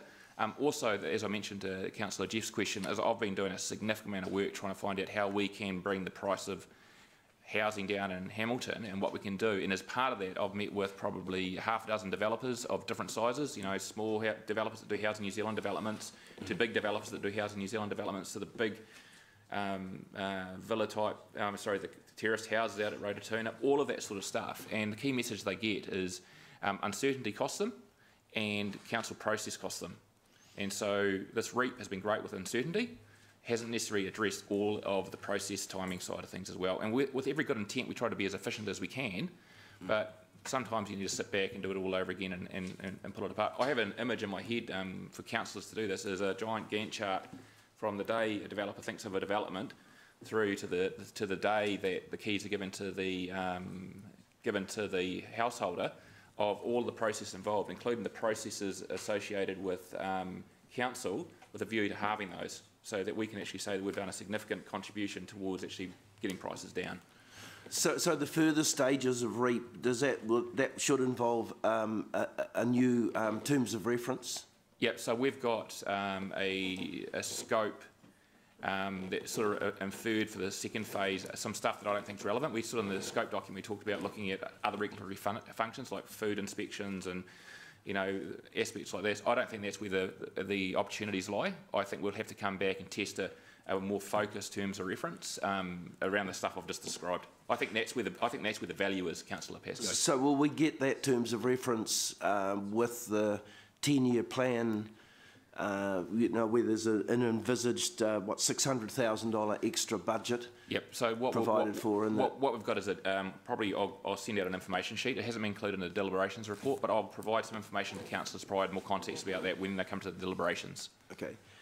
Is the REAP study identifying any significant deficiencies in the operative district plan?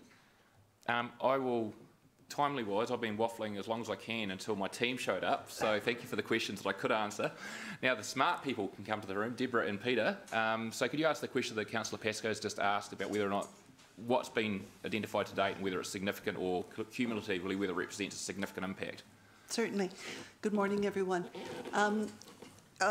In terms of, if you're asking, are there any significant issues or fatal flaws in the plan? The answer is no, there aren't, but there are lots of little fixes and corrections that can be done that will make the plan be faster, more efficient for applicants, and yet still deliver the outcomes that the plan is seeking. Okay, thank you. Well, I guess that then leads to the next question, which I've got, which may also get discussed when we come to the 10-year plan, but and this will be a question to the CEO. I mean, my understanding is a fair bit of what's being done is operational, but do you think that we're getting value? This project will end up costing about 1.3 million with the 700,000 that was already in stage one and the 600,000 that's projected for the 10-year plan. Are we getting value for money out of the study in the format that it is at the moment, or would it be best with this operation being done as part of operational work rather than with having this as a separate task force? I actually, at first, I was a little bit sceptical whether or not we're going to identify what the value was, and largely due to the fact this is not my pedigree. I'm an accountant. It's about the numbers, and so I had to be educated. But I actually see this as being one of the more valuable processes we've been through at council. I legitimately now understand a lot more about the way we engage, and our good intent doesn't necessarily always translate to good outcomes for builders and developers. So I think we're getting a significant amount of value. And having spoken to developers who have shown me their books, I've sat down with developers, they open their books, and I've seen their bottom line, how much money they're making or not making. The value for money is what it costs us compared to the lost productivity in the community by not doing this. So that's where I think the value proceeds are. I've already talked to Deborah about ramping up to the next phase if it's approved and what that looks like, and where that sits, how we're going to structure it, who we're going to get involved, how we're going to drive it. We've got a whole lot of volunteers from a number of developers that are willing to come and bring their planners in free of charge and help us Gantt chart out. I'm going to talk about my mega Gantt chart wall and plan it all out. I want to make this really interactive with some significant outcomes. I actually think one of our biggest challenges, Councillor Pascoe, that I think the 1.3 million or whatever the number was is a drop in the bucket. I think one of the biggest disadvantages we have is we've invested in technology as well, and some other councils are a lot further down the track in terms of this because they have self-auditing technology that enables them to go through and analyse this information, whereas we've had to use some very capable expert staff to do this, which we had to do it ad hoc outside the system. But other councils have the self-auditing technology in the system, and they can generate KPIs for councillors, staff, they can interact and do all this stuff right the way through from the design and, from the planning regulation side of things, right the way through the planning application stage of things, right the way through to the building side of things. So what I'm going to be doing is through this process is at the back end probably bringing a recommendation back that we invest more heavily from an IT point of view, which I have to build a business case for Councillor Pascoe, but the work that Deborah will be leading into the next phase hopefully will catalyse that. So you're saying that this study is potentially giving you outcomes that may be beneficial in across the organisation and other particular areas too? I'm disappointed that I didn't put forward $2 million in my 10-year plan for a customer relationship management tool, because I think a big part of this aspect with the way we deal and engage with developers is that we don't take a holistic approach to the way we engage with them across other council services. So there's a whole lot of aspects that this is uncovering. It's been very valuable for me. I've learnt a lot, and it's going to have merit going back into it. And just one final question. Will we get some of this detail in time for the 10-year plan deliberations in terms of, I gathered from the report that although this didn't get through in the December deliberations, the request for the 600,000 is coming back to us as part of next week's, is it next week?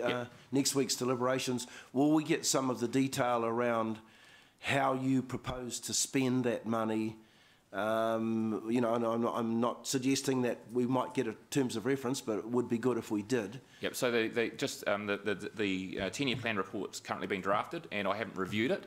I will review it. I might not be able to hold it up, but whatever's not included in the 10-year plan deliberations report, I'll make sure I'll put a supplementary paper out by email to all councillors to be read in conjunction with that paper to fill any gaps. And Deborah and Peter have already done a whole lot of work in this area, and it might just be a case of picking up their work papers and tossing it in, but I also want to make sure it's focused in respect to those questions, Councillor Pascoe. Thank you. Councillor Paula. Oh yes, just in terms of the finance meeting the other day, a couple of days ago, we heard about some of the staff resourcing issues. In fact, that was the reason why a couple of resource consents went beyond the statutory timeline. So this work, what you're finding and what you know about your staff resourcing, can you answer when we will have a good match between the staff resource and the needs of the community? That's a multi-layered question. In short, a number of the staff resourcing issues are to do with the ability to recruit the right people. It's a market that is tight. The other aspect too, through this whole REAP process, as well as the existing continuous service program in place, we're trying to make our staff more efficient, working in better ways, the way we structure our team, the way we can move around. So I can't give you a direct answer, but we do our best to make sure our team's fully resourced. We do our best to make sure we take a risk-based triage approach to our consents, and we make sure the right people are on the right job, whether that's resource consents or building consents. So we're doing our best. I can't give you an absolute answer. Yeah, no. But you would have a focus on supplying additional resource if it was required. You would Absolutely. go ahead and do that, and you've got the capacity to do that. Is what I'm We've asking. got vacant positions at the moment which represent budgets that we need to fill. Yes. Yep.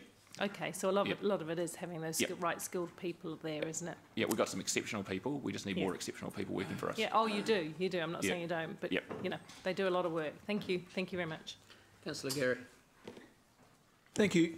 I'm right, and I think you've alluded to it throughout the presentation, Richard, that a great deal of the benefit of the REAP was never meant to come back to council. It was about speeding up, reducing costs to our customers. Gary, what's your question? Is that correct? I'm asking them. You know, it's yes. Am I correct? You are correct. Yeah. So just following up on Jeff. Jeff was, I think, rightly concerned about how much council was going to spend on this. That needs to be weighed up against the benefit from that the community get from this. And I talk about. Yeah, I've got two personal hobby horses at the moment. That's about trying to drive a more efficient council. So that talks to the costs internally. And secondly, try to drive a better engagement with our stakeholders, which this is a significant part of for me. And I think this will have the biggest impact of anything we do in that respect. Okay, thank you. And my other one just goes back to Deborah. Rob asked if there was any major changes in the district plan. You said no. But isn't our entire special housing accord just smashing holes in our district plan anyway? Well, that is a different piece of legislation which operates outside of the district plan. Okay, it's moved by myself, seconded by Councillor Jeff. Okay, all those for? Any against? I'm against. So just record this one person who's voted against, and that's... Okay, all the ladies are against it. Anyone else? Okay, so 3 against. Councillor Siggy, Councillor Angela and Councillor Paula. Okay, we now move on to item 15. Sorry, item 15, page 71. Thank you, Peter. Thank you, Deborah. No, we're stopping at 1:30. We're having a 1 o'clock lunch today.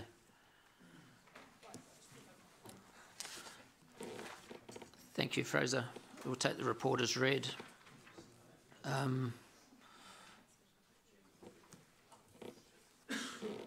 There are no questions. We'll move to debate.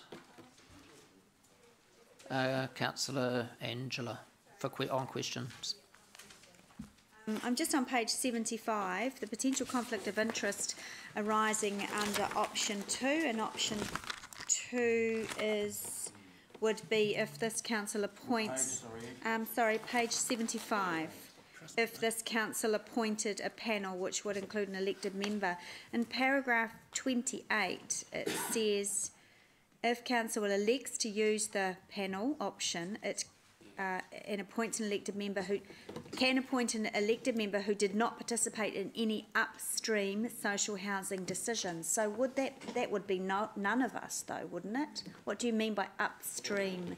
So prior to an SHA area being gazetted, needs to be approved by council, and I believe we had Gilbass, Porters, Rotocarri come to council recently. So that's the upstream component that is referring to. So that would, in the report's opinion, that would rule out all elected members from being part of a panel. Is that what you're saying? That is correct, and in this instance, that's correct. Thank you. Councillor Dave. Yeah, following that exact question, one of the points that I asked at the workshop we had on this was what has been happening at other councils in relation to the difference between option 1 and 2. Have any of them chosen effectively option 2, and how have they been handling the issue that Angela just questioned on? Sure, yes, that question was asked. So I've point 36, I've reported on that. I was able to get hold of Tauranga District Council. They have appointed a hearings panel of the RMA commissioners, which is in line with my option 1. Queenstown Lakes went with an ATA panel, which is option 2. However, I note that they emphasised to me the councillors on the ATA panel were accredited under the RMA, and only those councillors were able to be on their panel.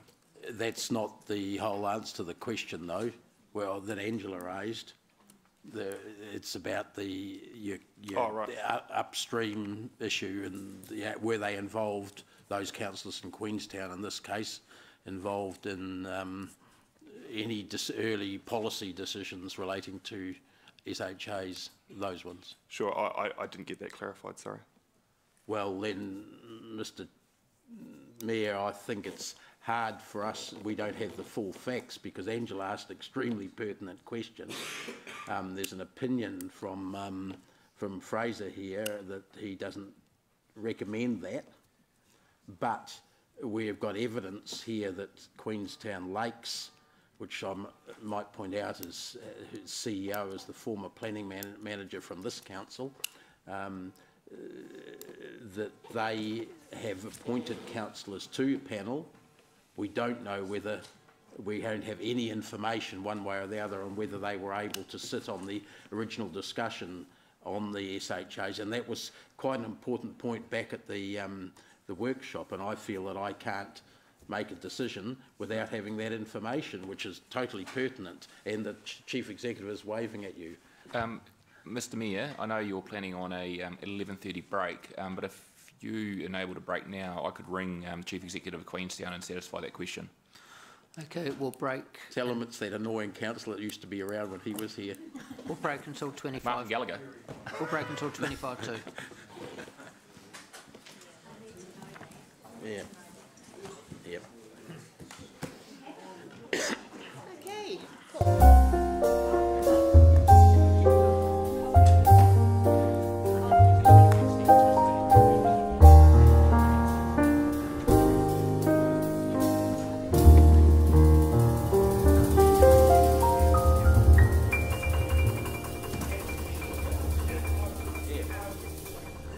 Having a long cable. Yeah. Thank you.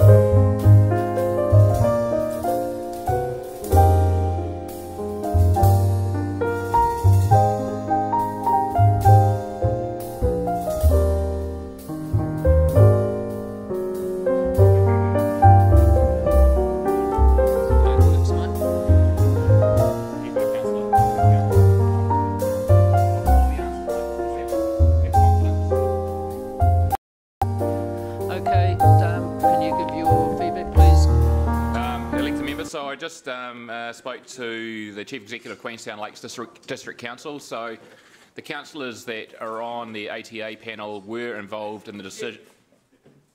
Keep going. Were involved in the decision to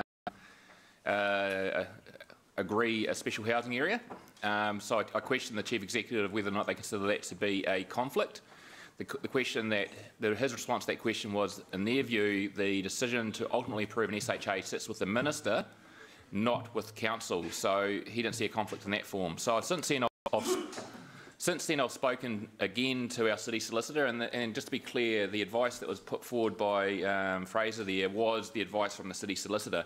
So the city solicitor, if you remember from the briefing, basically said it was a spectrum. He said, it's like anything. If you show an extent of enthusiasm for some particular stage and it shows that you don't have an open mind, you could be argued, or it could be perceived, that you have a conflict of interest. So if at the SHA stage you were a strong ambassador during the debate for a particular SHA to be approved, and there's no way that anyone could change your mind, it could be argued at a later stage, if you came to vote the resource consent for that qualifying development, that your mind isn't open. So the advice that the city solicitor has, if you have strong, not to have strong views about a SHA, because ultimately it's the minister's approval, and definitely if you want to be involved in the decision on qualifying development as part of a panel, you shouldn't express your views to an extent that people could perceive you as be closed-minded in terms of the ultimate decision. So there's nothing prohibiting you from deciding on an SHA to recommend to the minister, and also been involved as a commissioner on a panel. as long as you could. Yes. So just quickly, they're involved in the decision for an SHA, and also as long as they're a RMA approved commissioner, they can be involved as a member of the, and that's their rules of the panel. That's Queenstown Lakes rules. Yes, the RMA requirement is their rules. Yes. Yep. Councillor Mark. Partially answers my question on paragraph 27 about that very issue. Doesn't our fiduciary responsibility negate that to a degree, the risk that the city solicitor put up? So, i.e., we're professional in our decisions leading up to that, and then when it comes on, it's a whole new forum, etc. So, I mean, we pledge fiduciary responsibility anyway, don't we? Yep. So, slightly, probably not quite the right term in that context, but the argument is like everything you do, if you it's about perception of conflict. You know yourself whether you're conflict or not, but if there's someone perceives you and can challenge you, you need to be able to put your head held high and say, no, I'm not conflicted.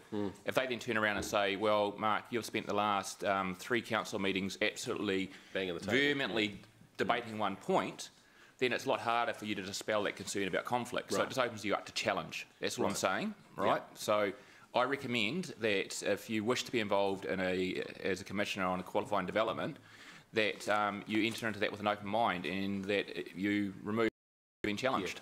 Or in this case, you're RMA accredited, like those guys, which gives you a... Well, the RMA accreditation is irrelevant to the SHA-ATA process. What they're saying, though, is that people who have done the RMA training have a certain degree of skill set that is in some way transferable to an ATA panel. However, the of open mind, I don't know what the term is, Fraser, and from an RMA point of view, doesn't necessarily translate. Can you explain that part? Yeah, it's a separate process once you go to the hearing. Totally. But you hit it on the head. It's that perception of conflict, which you've explained well. Yeah. So there's nothing stopping you from doing it, councillors. The question is, if you're challenged, that you feel comfortable that you can defend a challenge, that you are open-minded. And if you're being waxing lyrical about a certain position in council and out of council, but it's noted, it'll be a lot harder for you to withstand a challenge about whether or not you're open-minded or not. Okay. So that's the point. Yeah. And if they had any problems in Queenstown Lakes, no, not at all. And someone raised the question outside the chamber, what about the ones we've already approved? Well, that's on you as elected members. If one of the ones we've previously approved, the council decides to have an ATA panel with councillors on it, you need to ask yourself whether or not you've got an open mind in the context of the previously made to approve an SHA, and if challenged, you haven't said or done anything which actually could bring your defence into question. So it's all about you and your response in that context. So it's about, ultimately, conflict of interest is about the perception, your conflicts, but your perception of conflict and how you maintain that. Right. Yeah, no, I understand. Thank you. Yeah. Thanks.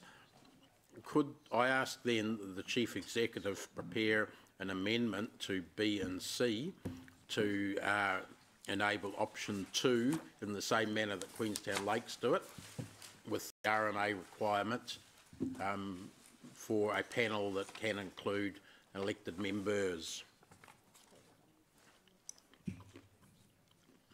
Because I would have assumed, given the debate that we had at the workshop, that the report would have given us that option, even if it wasn't the recommended one by staff, that the wording would have been there to enable the councillors who were arguing for that at the workshop to have a coherent alternative here based on this sort of advice that we've received now. Councillor Dave, in terms of recommendation B, effectively that recommendation B currently allows for any councillor who has a Ministry for the Environment accredited RMA Commissioner in its current reference. Well, it says option 1 here, and when you go I get that, but then doesn't C then remove the requirement for this? So I'll work offline and get that sorted out. That's what I was hoping. So the wording was right to enable option 2 to be put up as an alternative, which is what I want to signal to the Mayor, that I would like to put that up as an amendment to the motion that's been removed, I think, for the staff recommendation. And then I had another question about something. Well, so can I ask my other question? Do you want to take it now? Yeah. Sure. On the panel proposed on page 7, the very first name, William Wasley, or Bill Wasley as we know him, Bill is the chair of the Future Proof, I can't remember its proper title, but it's the Future Proof organisation that I'm a council delegate on. That exact organisation put it into our council in opposition to the Tower Lakes special housing area. So I think Bill Wasley should not be on that list. I want a comment from staff, given his clear conflict. So the panel, as it is exactly that, a panel.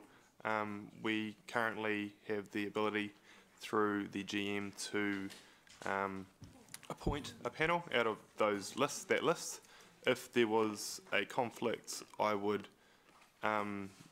ensure through that recommendation to my GM, well, they would let us know that there's that conflict, and they would not appear on that panel for that particular application. The problem one came about. Sorry, the problem with that, I appreciate your point, Fraser, but the problem with that is the delegated authority is all with staff to make the recommendation and approve the panel. It's not with us. So how can we be sure that that particular conflict doesn't proceed? I think it's more than just the Te Awa Lakes, because Future Proof has a firm view expressed in quite recently in the last few months with its update of its policy about what things should go where in the central Waikato, what things should be allowed, what should not be allowed in different places. And I think that makes it really difficult. It would make it really difficult for me as a member of that to be on a panel. I think it makes it equally difficult for Bill Wasley. So I would expect the commissioners to declare that conflict, and we would not use them in any of those situations. Trouble with expectations is they're not always met. How do we make that a decision? Sorry, I was working on the previous resolution. Councillor Dave, I didn't actually hear the question. Oh, I thought you'd be keeping up with the play. No, I'm a little bit slow today, sorry, Councillor McPherson. Bill Wasley's conflict. Future Proof has put in a submission of opposition to the Te Awa Lakes SHA to us. That's been identified at council meeting. He's the chair of Future Proof. It's got a formal position of opposing that. Future Proof also has a fixed, in a legal sense, view of what's supposed to happen in which parts of the central Waikato sub-region. Yep. And therefore I would see him, when we look at other applications coming up, the whole point of them is that they're not in the right zoning, if you like. Yep. So my view on that is if any of the commissioners has a firm view, and it's the same thing if any councillor has a firm view, they would be precluded from this conversation, because as Chief Executive I would challenge their ability to have an open mind in this context. And so I'd in that case be asking any commissioner in that context to step down and not be open for selection as part of the panel. How do we get that recorded? I mean, in this case, Bill Wasley, I believe, was the signatory to that. Well, would normally be a signatory to that submission. How would that happen is that it happens as part of the process at the moment. Like if there's a conflict, the commissioners are all required to declare the conflict, is my understanding. Yeah, they've all signed contracts. Yep. So they've all done that. So there's a process underway already, and it's Fraser's and my responsibility to ensure that we deliver on that. So it's my job, Councillor Dave, is probably the key point I'm trying to get to. Yeah, but at the end of the day, as you've pointed out to us numerous times, it's up to the individual member finally to decide on the conflict. Yeah, but I'm suggesting we should be looking at preemptive action to not have Bill, because of his involvement in Future Proof, his key involvement as chair, not have him on that list for SHAs. I'm not talking about for RMA stuff, I'm talking about for the special housing areas. So we're currently drafting up a resolution for an ATA. I don't know if it's needed. Like, put it this way, if one of you councillors I believe was a conflict, I'd challenge you. You'd have to convince me you weren't. It'd be very hard in this case for even a non-councillor has a conflict as in a very fixed, firm position to argue they're not conflicted if they've got that in writing, signed off and submitted. So I have to think of some words that reflects what I just told you into the terms of reference is probably the best way of achieving that. Do we get reported back to us who is appointed to these applications before the hearing starts? So the question is, who we appoint them from the list? Correct. And what's the process for notifying council? Is there a process at the moment?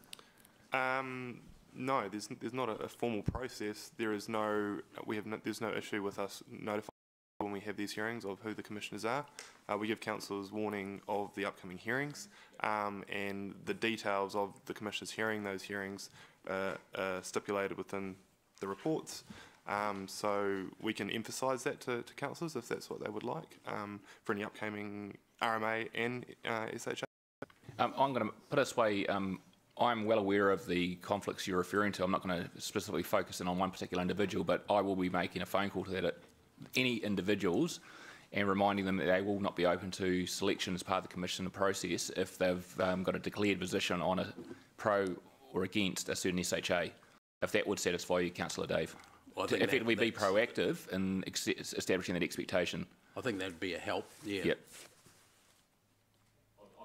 With your permission, I'll approach it that way.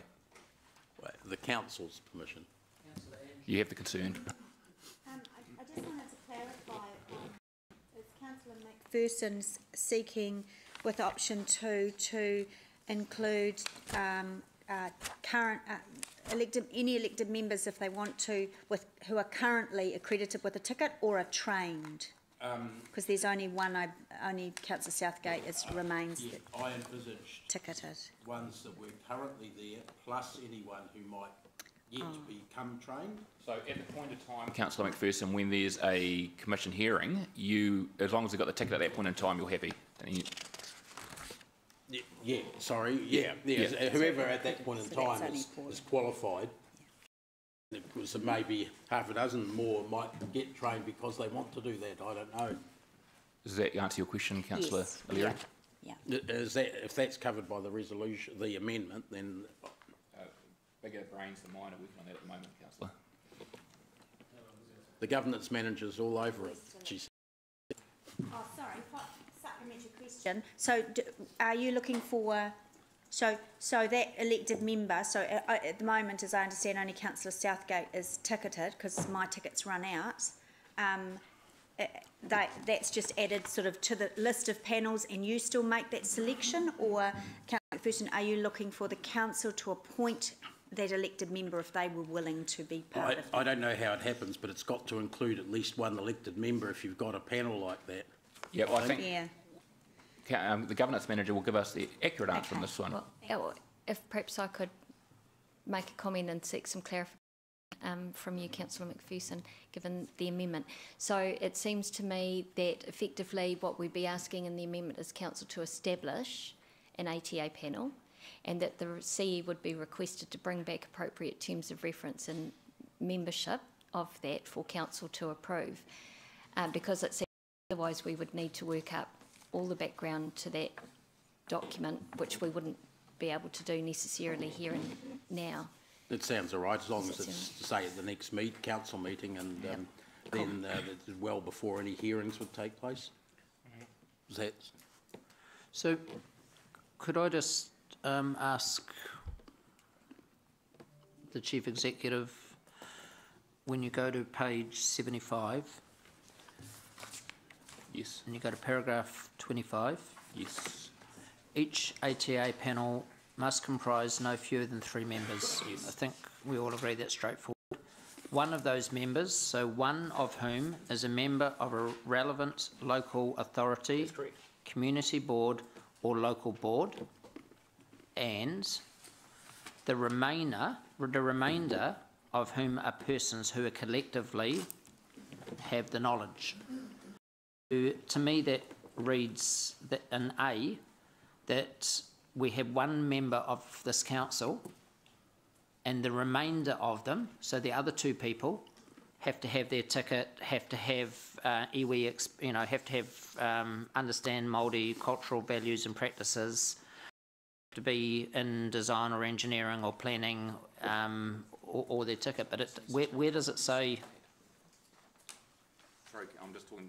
I'm asking you where it says that the person has to have a ticket. It doesn't say anywhere at the moment. So, to be clear, there's no legislative requirement for a council member on an ATA to have a ticket. The only reason the reference to a ticket came up was in the context that Queenstown Lakes District Council chose to have a ticket for their members that are councillors on the ATA. Councillor McPherson asked me to include in the resolution that requirement. There's no need to have that requirement if councillor so chooses. Well, that can be up for debate, I suppose, but I mean, my view was to try and have somewhat of a middle ground for those people that didn't want untrained people to be on there.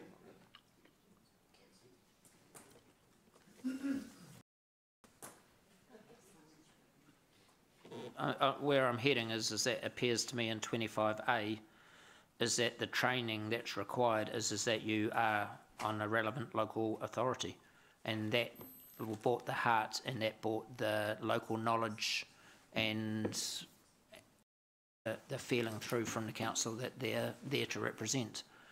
It didn't mean that the person had to be skilled up to a point of a commissioner, but anyway, that's just the way that I read 25. Councillor Paula. Yeah, most of my questions have been asked actually, and I'll just talk in the debate. I am actually, Angela's right, I am the only ticketed commissioner at the chair's level as well, but as you're saying, Richard, the same constraints would apply to me if I've had more than just a passing interest in any of the SHAs. Even then, despite additional skill base, I'd be excluded anyway. But I will talk to that in the debate. Councillor Gary. Thanks, Andrew. And just to be pedantic, and I may or may not be right here, but on 25A, says one of whom is a member of the local authority. Does one mean only one? So could maybe in legal terms that means only one, but is it meant to be only one? Because if it's meant to be only one, we should just put the word only one in there so it's crystal clear what we mean. Sure. That came up at the briefing, and it's been determined with the help of our legal advisor that it is only one. What you see, and that does mean only one in legal terms, does it? That's our interpretation, yes. And what you're seeing in A and B is just a direct copy and paste from the legislation. That is. I wouldn't rely on legislation. It's as sloppy as anything. But I mean, that's my point. If our wish is that it is only one, why don't we just say only one? Well, Gary, I can solve that by, in the amendment, putting it as only one, because I agree it needs to be clear, and the report doesn't say that. I think the amendment, happy to have that. Yeah, or at least one or something. What I think it's only one.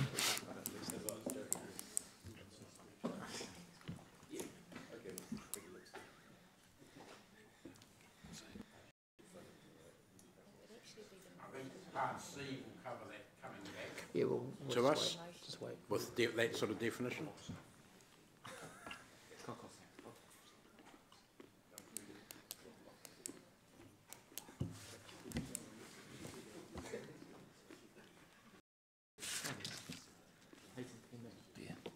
Thanks.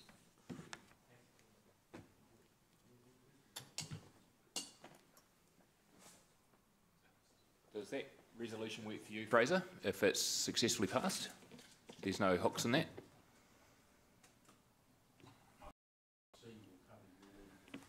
Gary, it'll have come back as part of that.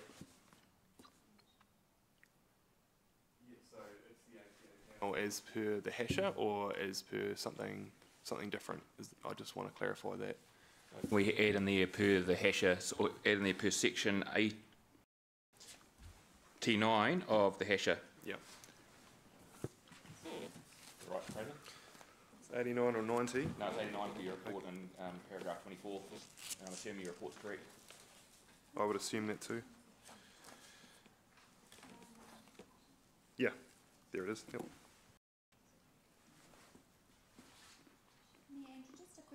Clarification on the motion, and happy to second it.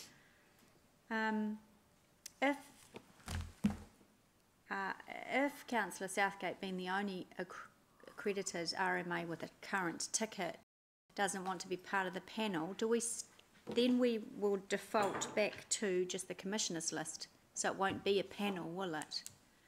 Is that just trying to avoid any unnecessarily delay of it coming back? How about that point gets covered? How that works gets covered in the report back and see.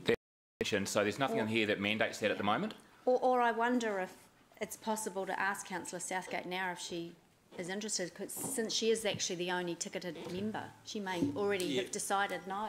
But my motion is not dependent solely on Councillor Southgate. If we had to perform one right. Oh, okay, I see where you're going. So I'm going to bring a report back that addresses that point that Councillor Angela and Councillor Day made. Also, whether or not we need some capacity amongst the elected member forum in that respect as well, and what that looks like, whether we need to train any more of you fine folk up. So we'll look at that as well.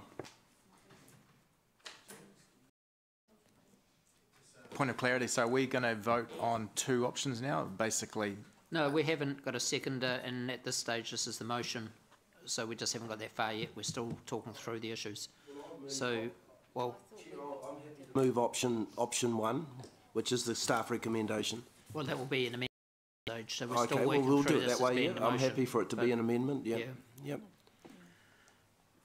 So that is as it's worded in the staff recommendation. So, Dave, why are you limiting this to RMA members? Sorry? Why are you... can we have the motion when you're ready? Oh, sorry, I don't understand what you're saying, Andrew. So, in the last line of the last two words, must be RMA accredited. Why have you done that when the legislation doesn't require that?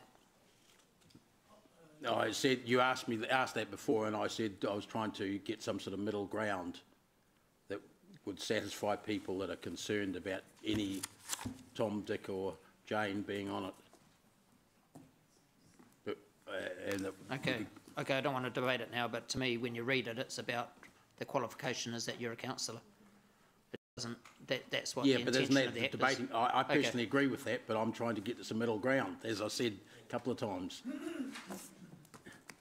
And it can be canvassed, because ultimately we'll bring a terms of reference back. The ultimate decision on who's on it, what qualifications they have, will be when that report comes back and is actually ratified as the terms of reference. Can still be debated at that point, that issue. Yeah, we can debate it at that point. Okay. Is that all right, Andrew? Okay, so is there someone who wants to second Councillor Dave's motion? Angela already has. So is Sorry, I'm seconding it, so... No, hang on, we're on the amendment now, so Rob's got an amendment. So we've got a motion up, the amendment. Rob, is the staff recommendations, and Angie, are you seconding? Yeah. Okay. It's already up there, Andrew. It's been up there a while. They're up above that. So we're the motion. All right, got it. Mm-hmm.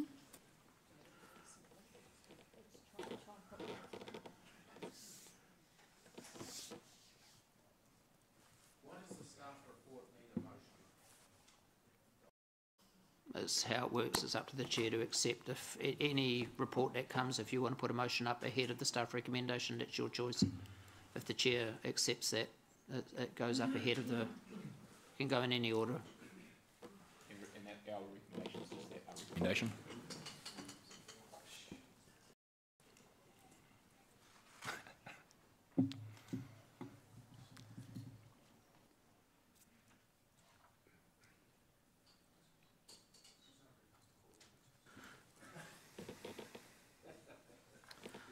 Okay, so we'll go to debate. So we'll start with Councillor Dave.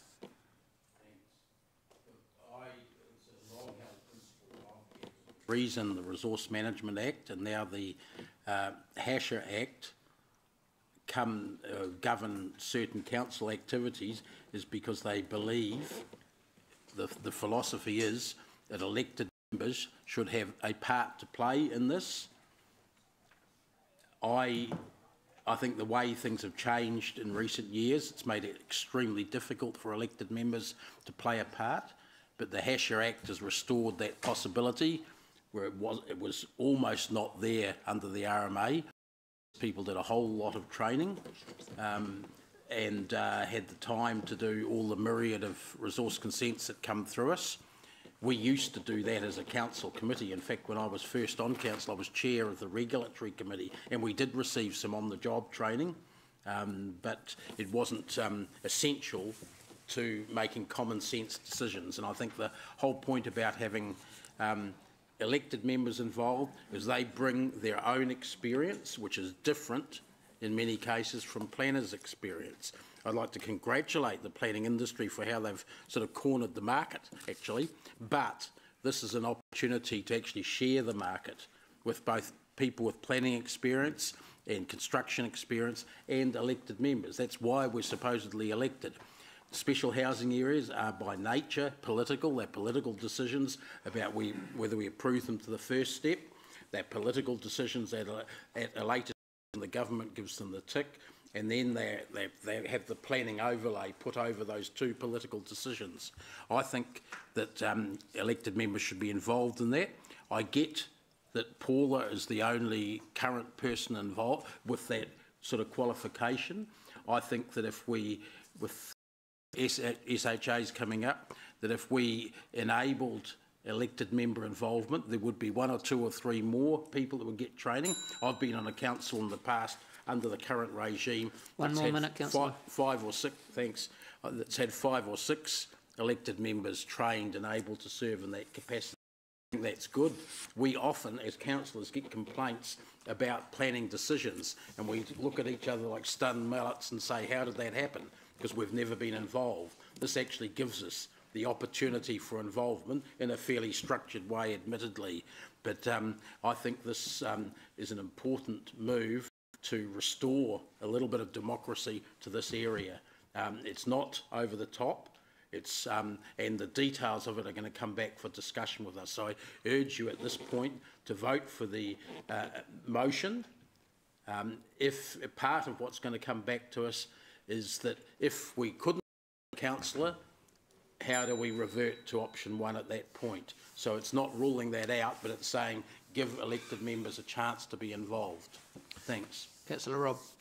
Thanks, Chair. Look, I'm obviously supporting the amendment. In my earlier life, I've had quite a lot of experience around conflicts of interest. That they are complex, that they can be real and actual, and that's the easy side of identifying a conflict of interest. But more likely conflicts of interest are those that are perceived, and these are much more complex and harder to identify. And I've sat around this council table over the last 4 years and seen a number of perceived conflicts of interest that have not been identified. In response to Dave's comments, I think the independent Commissioners panel, it's large enough to expect members on that panel to exclude themselves where they have a conflict of interest. And also on that panel, there's the opportunity for a city councillor who's appropriately qualified to be a member of that panel. So I think we're achieving some of the things that, that Councillor McPherson has in his motion. Perceived conflicts of interest, when challenged, are very, very difficult to counter and more easily likely to receive unwanted media attention. I think it's a red flag if we counter the advice that we've had from our city solicitor. Given the complexity around SHAs, its lack of product maturity, and the new... Yes, what's your point of order? Point of order. The advice we've received... Hang on, what's your point of order? That the statement that the statement by the Speaker was wrong, that the advice we've received from the city solicitor enables both options to be possible. And the advice given by the relayed to us by the Chief Executive 20 minutes ago confirms that. Chief Executive. Yes. Basically, the 2 options are available under legislation. One has more risk attached to it than the other, but they're both manageable. Continue, please, Councillor. It was clear to me that there was a risk around option 2, and that's why I raised it in the debate. Given the complexity around SHA, its lack of product maturity and the numerous parties involved, I would seek a hands-off approach by this council, and therefore that's the reason why I'm supporting option 1. Thank you. Councillor Paula. Thank you, Mr Mayor. I also believe that this work ahead of us is very important. Not only that, we discovered yesterday in workshops on this matter and others that it's incredibly complex and time-consuming and risky too, because of the potential for judicial review at any stage. If councillors are to be involved in this, and as Councillor O'Leary's correctly said, at the moment, and don't believe me, it's not the most comfortable position to be in. I am the only councillor ticketed and to the chair's level, but Dave is right, other councillors can get trained. It's a big course of training, I'll tell you. It's a lot of hours in it. And it's quite involved, but it's very, very worthwhile. I do believe that any councillor who sits on a process of this importance should have that commissioner training. Absolutely must. And, you know, and so good on any councillor who wants to put their hand up and take that training. I'll need to redo mine again shortly also, if it is the will of council that I participate in those approaches. The other thing that gives me some concern is that, as Richard has said, we have to be completely free of any actual or perceived bias. We have to have a completely open mind. And recently, we've all been involved in a lot of conversations and debates, and those have been healthy and robust conversations and debates. We've also been invited into rooms with potential developers. We've been shown their diagrams, their plans. We've chatted with them, and we've tried to understand, as we should, the kind of developments that are going to shape our city. And that is very useful, but then it puts you at risk if you become a hearings commissioner as well. Okay? So, in my view, I am going to support the amendment because I believe we want the best, well-trained people around the table. Not saying that councillors, you can't also come up to speed with that training. We're just incredibly busy this year. When's that going to happen?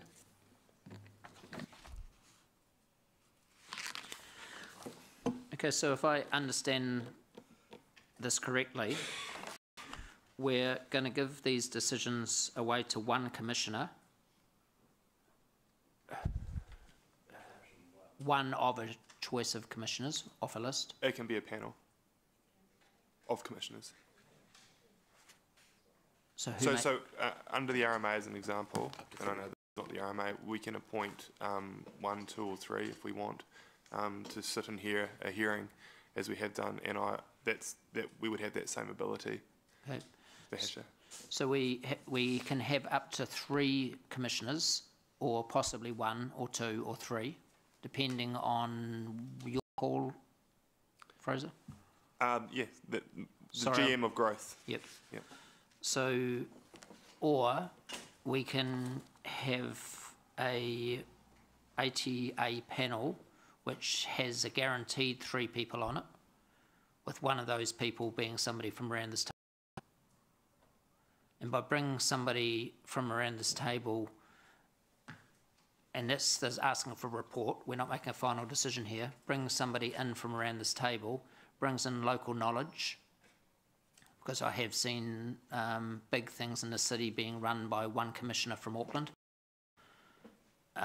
Brings local knowledge in and brings in the heart of the community and brings in other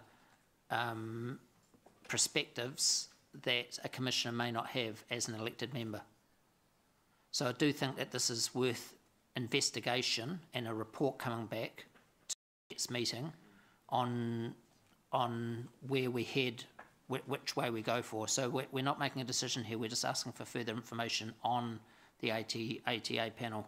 So I don't see this as a high-risk decision. It's a decision we're making, we're asking for further information before we make our decision. So based on that, I'm very comfortable to go with the motion at this stage until we get the information we need. So we'll go to the board to vote. Sorry.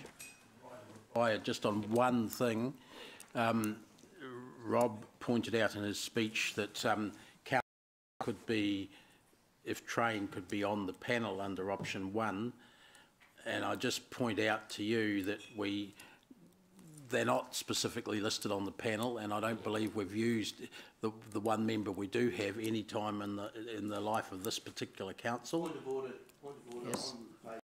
Hang on, what's your point of order? Yeah, the incorrect information. Yes. On page 77, where it lists the Commissioners' panel, it does say at the bottom, any Hamilton City Councillor who is a Ministry of Environment accredited RMA Commissioner. And I was in the midst of saying that we haven't used anyone in that category during the time on this council, even though we've had a person. That's my right of reply response.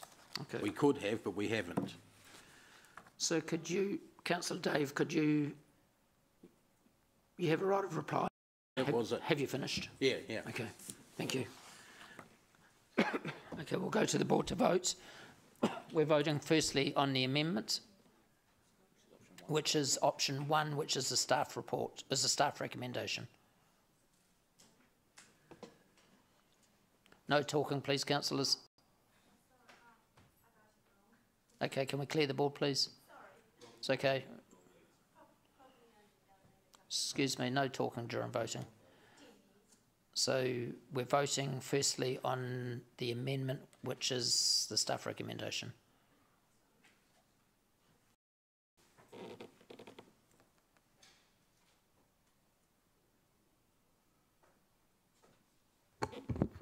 The amendment is lost. 8 against 5-4.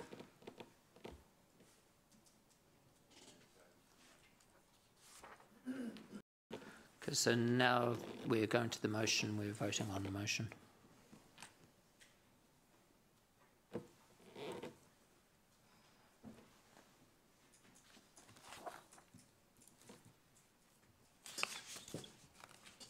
The motion is carried unanimously.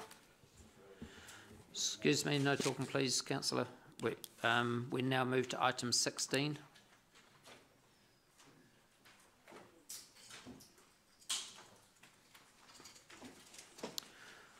Okay, so we'll take this item as read. I'll move. Do we have a seconder? Councillor Ryan. Questions, Councillor James? No. Question, Councillor Ange? Okay. Councillor Dave? Yeah. I was just looking at that map and I'm totally supportive of the idea, but the position of it is quite close to the road edge, and once we get Rotokauri filled up, and that's XLB Road there, I think, it goes into Burbush, which is where the Charles Marr Rotokauri development cars, some of them will be coming through that way. And I'm just wondering whether, have we checked this with our traffic people, that if we want to widen the road or do something else there, is it too close to the carriageway? Should it be further back in our property than right on the edge? Or is that just an indicative thing anyway and it doesn't really matter? No, it's just indicative. Yeah. So we'll definitely keep it well away from future potential road widening there? It doesn't show the contours either. There's a few constraints there as well. So the zoo people have talked to Chris's team about that. Okay. So yeah. Thanks. Councillor James. Thank you, Mayor Andrew. Thank you, Lance. Just a couple of questions. Was it Well Networks or our decision that the overhead power lines be removed and replaced under the with underground cabling? It was a recommendation from Well, but we conferred with them. We were very happy for that to happen because of the sagging power lines and it being a health and safety issue potentially. We got them in after an incident, and then they actually gave us some recommendations and moved on from there. Okay, and that leads on my next question then. It says under point 20, risks. There are no known associated risks with this decision for this required for this matter, but in point 5 it says that the power lines sagging are a significant risk, and that point 12 goes on that until the undergrounding of the cables is complete, zoo staff have been made aware of the hazard created by this overhead power lines, and it's in the hazards register. So if we decided not to go with this and change it, the sagging power lines, surely there'd be a risk. Yeah, the description of, it's not very clear in that description. It's sort of the way that the agendas are set out. The risk is the risk after the work would be done. So it's not that clear. You're correct what you're saying. So if we didn't do it, there would be a risk would remain, which we don't support. But that the way 20 is worded would be take it in the context of after the work was done, there'd be no risk. So. Okay, thank you. Okay, so this has been moved and seconded, Democracy Manager? No, it hasn't. Okay, so I'll move seconded by Councillor James. We'll go to the board to vote.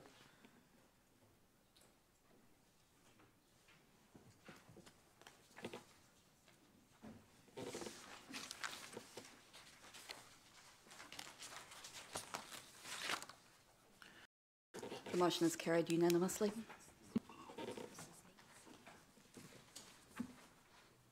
So we're now going to item 21. Yeah. So this is this is the piece of paper that you've been given. That's you, Ken. Item 21 is the licence to occupy Somerset Brewing Company Limited. Would you please step forward? Thank you. Some of us already occupy breweries. Okay, so we'll take it as read. Moved by myself, seconded by Councillor James. Any questions? Okay, we'll go straight to the vote. All those for? Any against? Carried. Okay, we'll now go to item 17. Nobody tapping into that line, please. There might be a flow of liquid amber coming out of it. We did try to arrange some form of compensation in terms of pipe running to the council building, but we couldn't pull it off.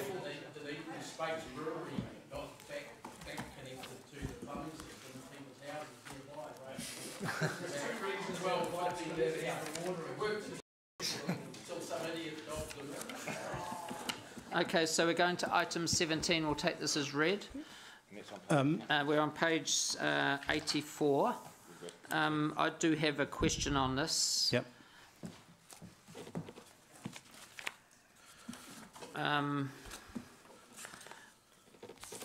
Basically, this is being put on us by central government. Central government's overriding our bylaw. Do we have to consult? I've received clarification since the report has been written that by resolution, we can make changes to the bylaw without the need to consult, as long as we're only removing the elements in the bylaw which are now under the Act. Lovely. So that's a $30,000 statement right there. Well done. So have you got those resolutions ready to go, or are you bringing them back to a future council meeting? Governance Manager, what would be the procedure there through the Chair? And where I'm heading here, guys, is traditionally we would have to consult on this again. Central government changes the rules that affects our bylaw, we'd have to go ahead and consult, which costs us 30k each time. If we don't have to, that's great. So you're obviously not ready to go with your resolutions to change it. So can we ensure that goes on a... Can we include into our resolution maybe that goes into future work so that we do address this? Yep, absolutely. So the resolution for today is to receive the report only. What does the resolution have to be, Governance Manager? So I think that given that the current staff recommendation is about a statement of proposal, which I'm hearing you say we wouldn't proceed with that, then the recommendation probably needs to be to receive the report and request staff bring a report back to the council for the adoption of the necessary changes or to that effect. Lovely. Okay, yeah. So I'll move that, seconded by Councillor Ryan. Questions, Councillor Robb? Yeah, could we just see the motion up on the board? Yeah. Yeah, no problem. Yeah, look, my question was around the same as Mayor Andrew, although I Just wondered whether the easiest way of doing it is just simply to do what they call consequential changes, and all you do is remove out of the bylaw the changes that have occurred as a result of central government. Is that the advice you've received? That's correct. And our city solicitor is currently looking at the provisions which are now covered and removing those from the bylaw. So the report that will come up next will have an amended version. Well, I actually think Councillor Pass goes on to a winner here, that a motion could be put forward that the policy is updated for consequential changes, full stop. Is that what you're suggesting, Councillor Pascoe? I was sort of leading to that in the sense that it would save perhaps a lot of what might be unnecessary internal work. So we could do it without having to bring a report back, Governance Manager? We for this particular bylaw, even if we're just removing things that are now covered under the legislation, we still require a resolution. That was the advice that was given, a council resolution. To adopt it with consequential changes? Correct. Okay, all right. And the second question, which is in paragraph 16, I see now that I reread it right in front of everybody that it says to prepare this report. But if you do come back with another report, could you give us an idea of what the cost is? Mayor Andrews referred to 30,000. I thought 1,000 was a bit on the low side, but there will be a cost somewhere in between, won't there? Yes. Just the 30,000 was if we had to go out for full consultation. No, I understand, and that was in fact what was in the recommendation that we were going out to consult. So this report is $1,000. We've had some advice, obviously, to date, and staff have worked on it as well. The subsequent report, which would bring back, which will now just be seeking a resolution, we would anticipate would be the legal expenses to make the changes to the bylaw and any staff time to prepare the report. Yeah. Okay. Thank you. Thanks, Chair. Councillor Siggy. Thank you so much, Mr. Chair. Just a really simple question. What is a nuisance fire? What does it look like? Smoke. Pardon? It's, if I may, it's any time the smoke emanating from a fire, barbecue, brazier inside a property is affecting, will become a nuisance to another person in the neighbourhood. Okay. Thank you. So, I was next to follow that up because that's half of my question. So, what does it give us the power to do? Go and put a fire hose on it and put it out, or find the person? What do we do when we find one of those naughty fires? If necessary, all of those. At the fullest extreme. The ultimate sanction is to be able to put the fire out, or to take a prosecution under the LGA with a fine of up to $20,000.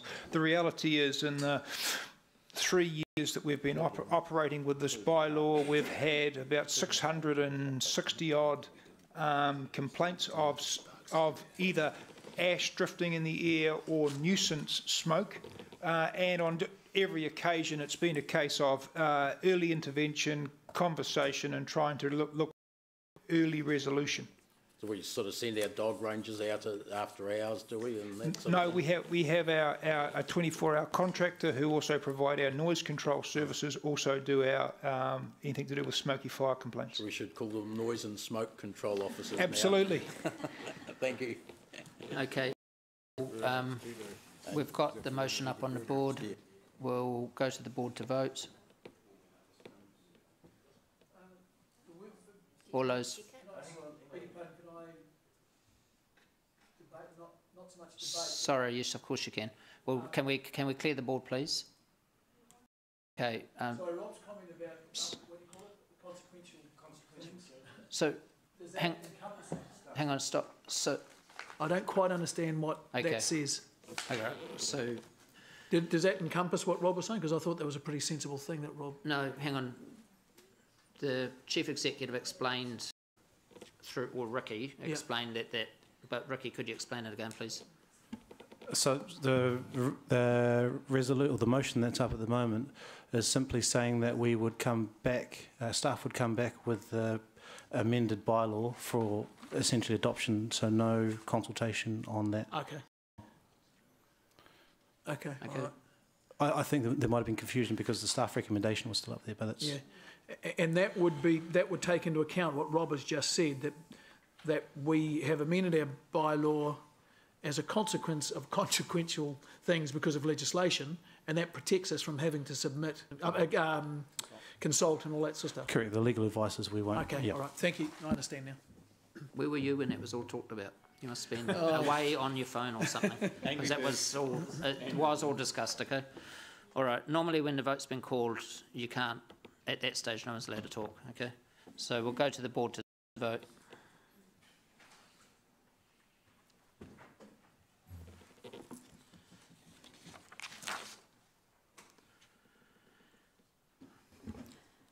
The motion is carried unanimously. We'll now go to item 18. We'll take the report as read. Thank you. Welcome, Brendan. Are there any questions?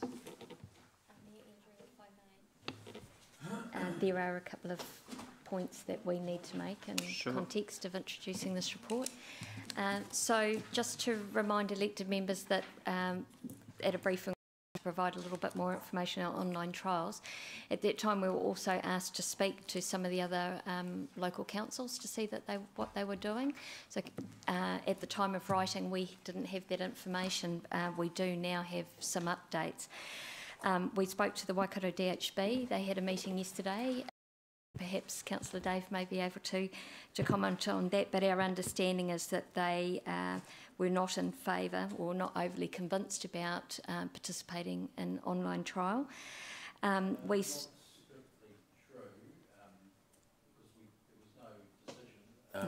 Because it was the chief executive's, within the chief executive's delegated authority, there were some queries, but it wasn't much discussion. It wasn't a reported item like they are here. They are here, okay. Our understanding from our contact there, Neville, was that there was, I guess, a general sense of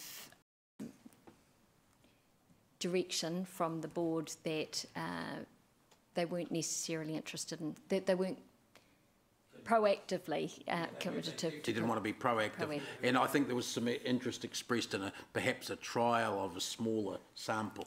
Okay. Was one thing.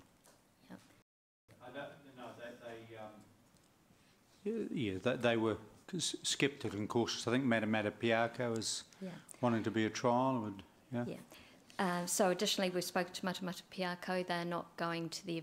They're going to their board in a couple of weeks, their council. Waikato Regional Council and Auckland City Council both have papers in front of their governing bodies yesterday and today. And we did get an update from the governance manager at Auckland that they're today, aren't they, Brendan? But from Waikato Regional Council, there's tentative, but again, no conclusive decision. So what we wanted to do was just to emphasise that we've left all the options open for you in terms of resolution today. If you did express an interest in getting further information, nothing in those recommendations binds you to participation in a trial at either 2019 or any future date. Happy to take questions now. Okay, Councillor Angela. Thank you. I'll move when you're, the staff recommendation when you're ready. Which one, Councillor Angela? The whole thing and 3, which is that we submit to the Justice Committee. One question in that recommendation, it is asking us to provide a subset. I haven't decided yet if I would support a subset or whole of city. My preference would be whole of city, but none of this locks us in, and you're not wanting us to put in a subset now today, because you'd have to go away and do some work on what that would look like. That's right. You may have chosen to give us some direction about what the subset might look like, whether it was whole of city or some particular group, as we've suggested, that other councils are looking at in the report. Yeah. But so it's up to you what scope you want to give us in terms of the information we bring back. We're happy to investigate with a view to bringing back options around subsets. But if you would like us to look at whole of city, it would probably be quite good to understand that here today. So I would need to, I don't want to lock any elected members out, so I would want to see the options around whole of city and subset. Okay. To come back. So if you could just make those slight wording changes. And thanks for the update on the DHB and the Waikato Regional Council. Doesn't sound like it's completely off the table yet. Who decides which councils will get to participate in the trial? Will that be the Minister of Local Government, or is that a panel, or? That would be worked through with the Department of Internal Affairs. So yeah, the Minister of Local Government, formally down the process, would be the person. And do we know the number of councillors that they're going to allow in the trial? Not at this stage, no. We don't, okay. On page 91, point 41A, it says in the report, discuss with WRC and DHB, etc. So I think possibly the governance manager has answered my question, which was who has the discussions with those two bodies. That's our governance team to their governance team, isn't it? Okay. And C in the report, Brendan, says connect with LGNZ and SOLGAM as sector leaders, etc., around regulatory and security framework that will enable the trials to proceed. Is that our responsibility? Are you just flagging that here as a note of information? Because I would understand that would be our provider, that would be their responsibility. In terms of order of things, it would be more likely that either the councils as a collective body through LGNZ and SOLGAM have those discussions with the Department of Internal Affairs rather than providers, and then the providers would need to comply with those requirements. Right, because those regulations haven't really been written yet, have they? And when they're written, is that a separate piece of legislation, or will that go into the local electorals bill? It will be a separate piece of legislation through the local electoral regulations. Okay, all right. That's all my questions. Thank you. Councillor Jeff. Thanks, Mayor Andrew. Yeah, page 86, where on E, where it says it notes that an online voting trial is conditional upon, and number 3, technical compliance protocols for a trial, blah blah blah, being developed. Where is that at? I mean, are we any further ahead in terms of the technical surety of online voting than we were in the last triennium? Brendan participated in a call with the governance manager at Auckland City Council, who is a member along with some other council representatives in the Department of Internal Affairs in a national working group that's been looking at this. I think we don't have an authoritative answer to that, but our understanding based on that phone call is that the understanding of the risks is greatly advanced, and also the understanding of the kind of mitigations that would be needed in terms of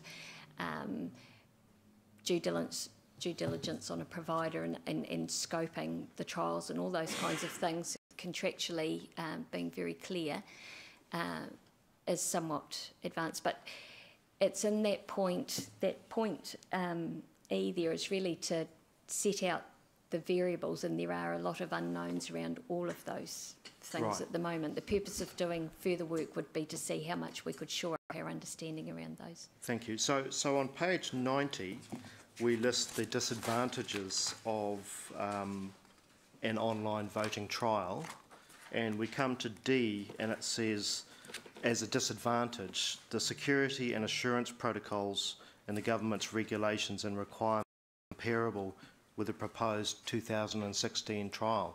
So what does that mean? What that's saying to me is we're no further ahead than 2016. If I can... Yes, otherwise, why would it be a disadvantage? Yep. If I can perhaps answer that. So the D there relates to the first bullet point, which starts on page 89.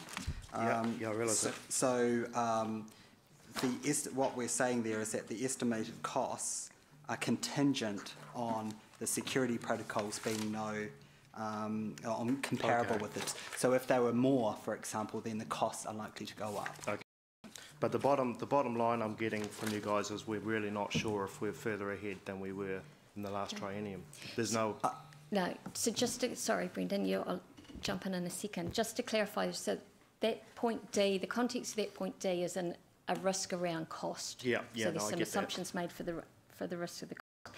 There is no doubt that further work needs to be done in order for all councils who wanted to participate in a trial to be confident and comfortable about security risks. I don't think it's necessarily fair to say we're in exactly the same situation as we were then, because we understand substantial work has been going on nationally since the 2016 trial. Okay. So I just, my question is, how comfortable are staff that 16 months out from an election and still with no legislation passed to allow it, we're looking at something like this? It seems to... Do you not feel that this may be moving at a speed that... Are you comfortable with where it's at in the process, given that we're only 16 months out from an election? It's a good question, Taylor, and we asked the same question actually in our conversations with our colleagues in other city councils.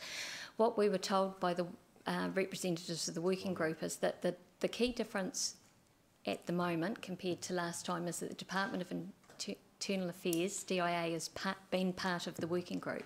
Formerly, they sat kind of off to the side. So they've been part of developing the thinking and the scoping of the work to be done from here. Now, there's no doubt that it's a tight time frame. Are we confident? I wouldn't want to comment on that at this point. But suffice to say that this...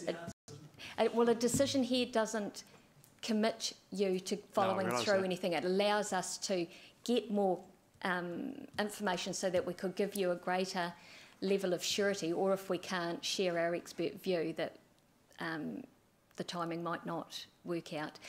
But DIA have apparently committed to moving quickly. They've anticipated that there's a short window of opportunity for implementation once the bill is passed, and they're working on the principle that they can manage that. Thanks, Leanne.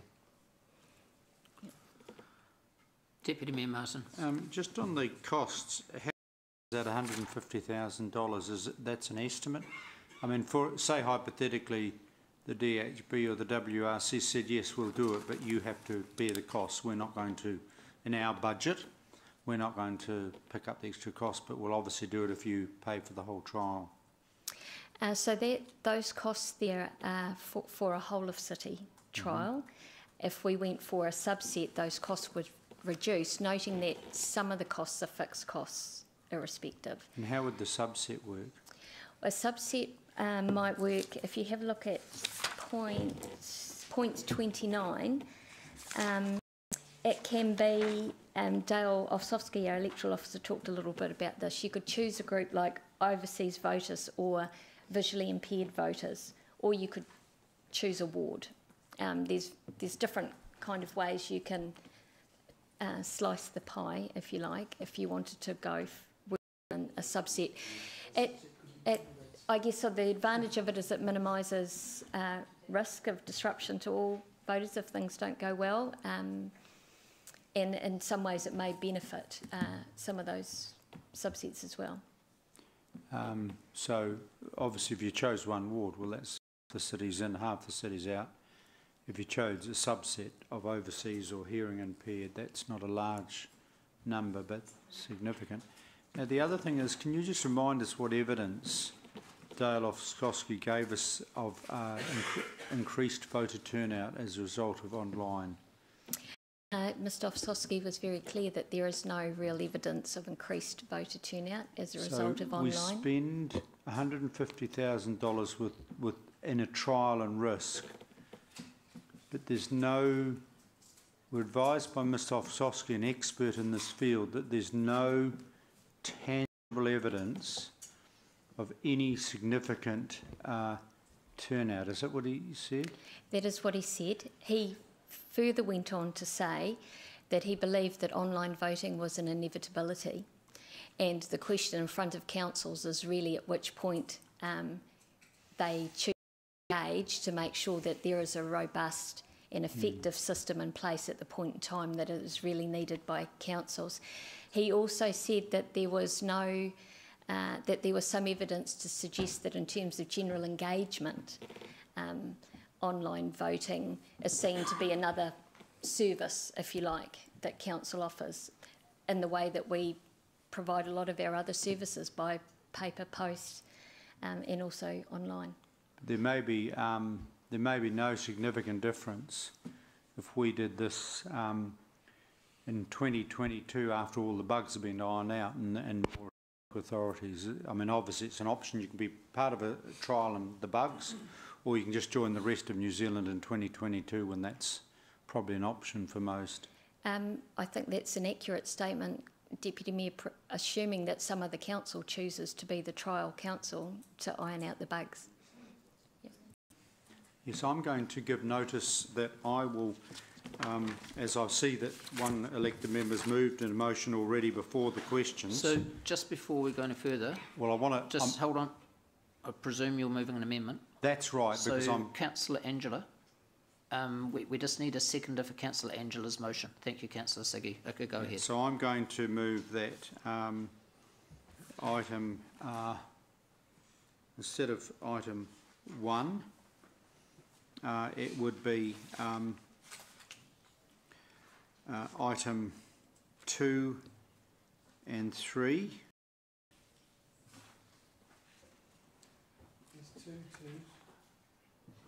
Yeah, the 2 twos are unhelpful, aren't they, Deputy Mayor? So if we read the first one as 1A, B, etc., and sorry, is that I just said all 3? Yeah, give me. So you're proposing 2 and 3 on page 87. Is that correct? Confirms knowledge in trial for online voting for at the local authority elections. I would, and I'm just seeking guidance because I don't want to confuse and queer the pitch at all. I acknowledge that a possible trial to pick up hearing impaired, sight impaired, hearing impaired and overseas voters could have merit, but that's probably will come out in debate.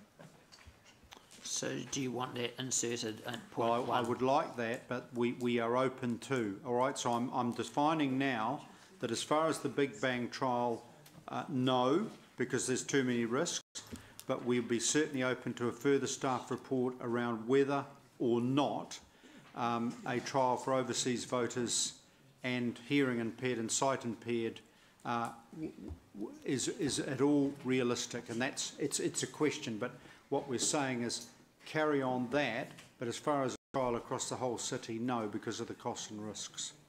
So, Mary, can I clarify something? Because I'm now not sure how to proceed. Sure. Motion.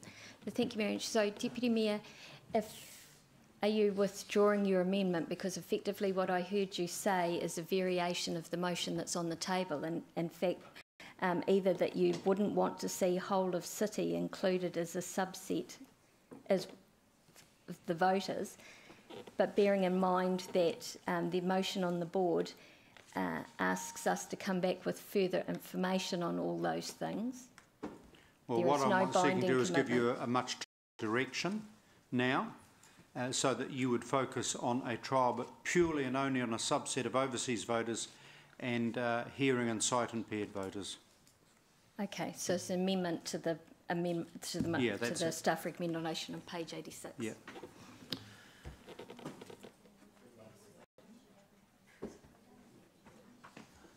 Okay, do we have a seconder for the Deputy Mayor's motion? Okay.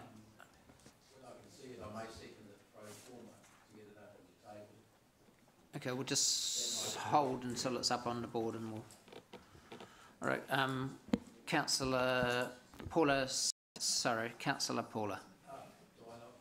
I thought you just jumped in there and your microphone had flicked on and had put you up to the top of the list. It's one of those tricks that people play. But yes, go ahead, Councillor That's Dave. Gary that does that.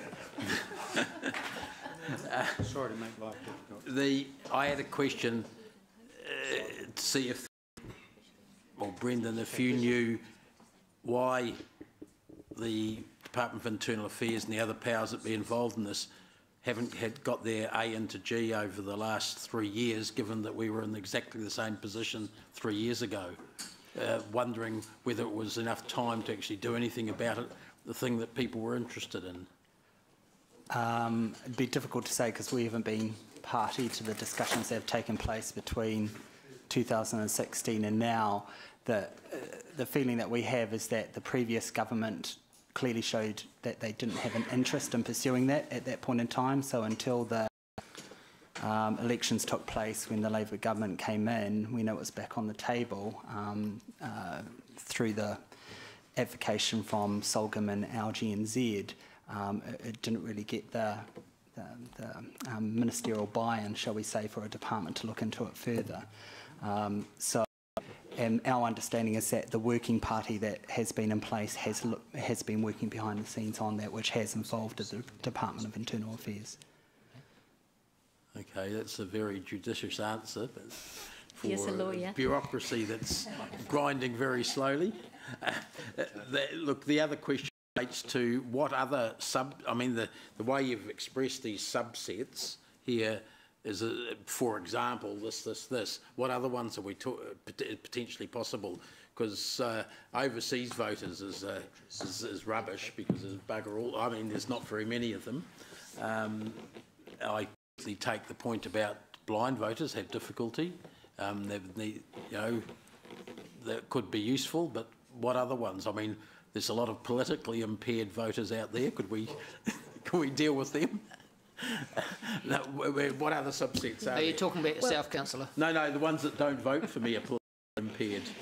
So, of course, the subset of voters that we included in the report, as you say, were, for examples, based on those very short and few conversations that we've had between the briefing and now. So we're not saying that Give us, are there? I mean, I honestly couldn't imagine what other ones you could do apart from the which is sort of nuts here since they're half the city. Yeah. It's a fair point, Councillor McPherson, that, to be honest, because you have to have an ascertainable, identifiable sort of group that you could go to. That's why I said politically impaired, because you can tell the ones that didn't vote for me eventually. There, Auckland, for example, are in their proposal are going to all disabled voters as another possible subset that they are exploring. But how can you tell on the electoral roll? Does it say disabled? Seriously, it's the same with visually impaired, is that you would use the imagine that they would go through community organisations to provide those identifications of those people. Right. I guess. Okay, checking with you, Leanne, your view of the motion, if that came back to us, it would have that sort of information. It would identify some other potential target groups that could be smaller than the whole damn city. Exactly. If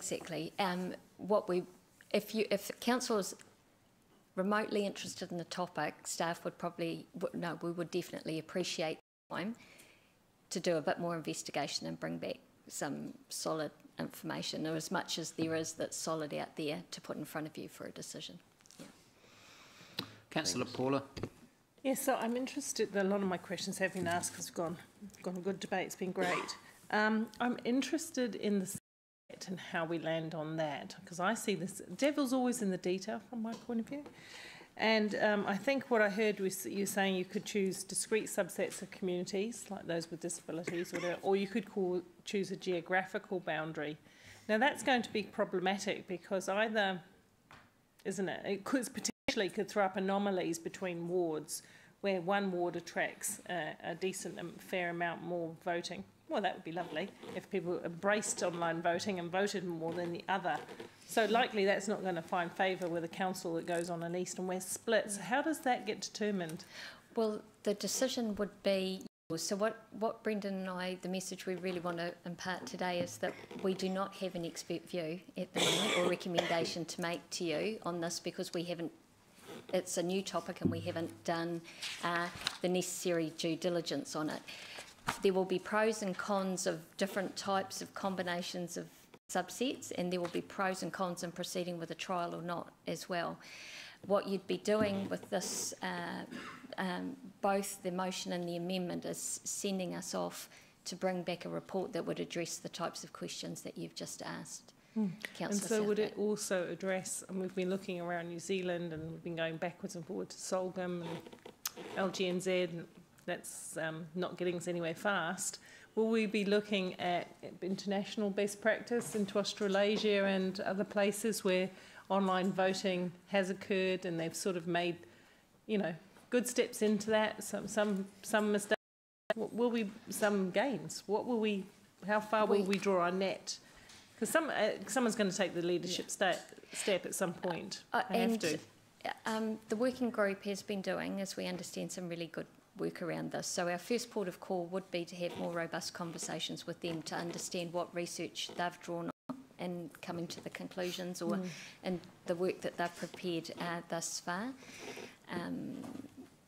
Because I'd like to understand more when that comes back to us, if I could please, on not just the costs around online voting, but just really understanding what the benefits that can be derived in terms of increased public participation, service levels and those kind of things. So I want to see both sides of the debate when we come to it next time. That would be very helpful to me. Thank you. Councillor Gary.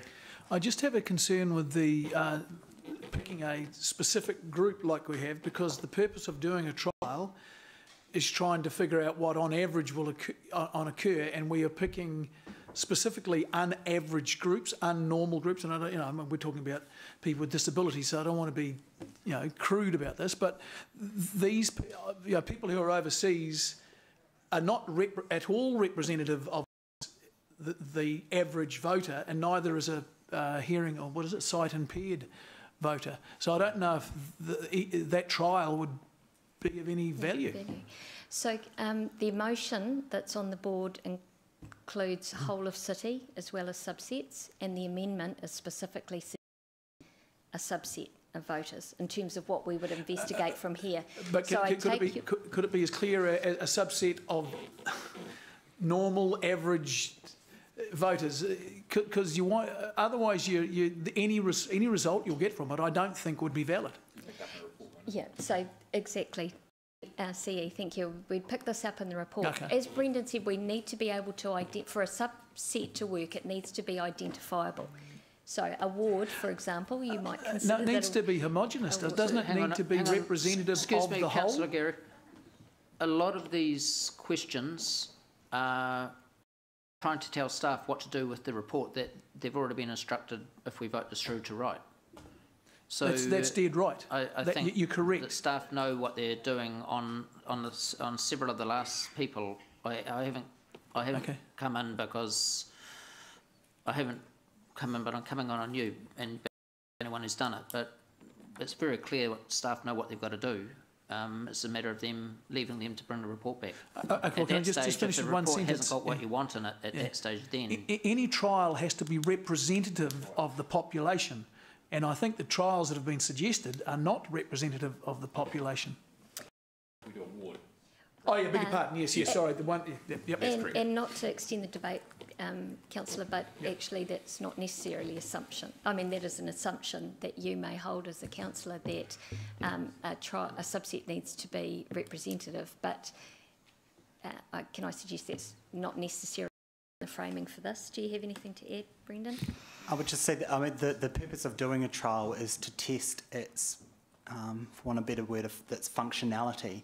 So who's participating in and the numbers is important to see that you've got at least a decent number, but who that number is and how they vote is not so critical to see the success of online voting. Councillor Deputy Mayor. At this point, I'm going to withdraw my amendment because I think I'll explain why I'm doing that during the debate. I think there are other ways we can assist voters with specific disabilities. From the answer to the questions, I think my amendment is unwittingly complicating the process. So I will just amend my amendment to say that the council confirms it is not interested in exploring participation. So that's two only. Okay. So do we have a seconder for Councillor Deputy Mayor Martin's amendment? Councillor Leo.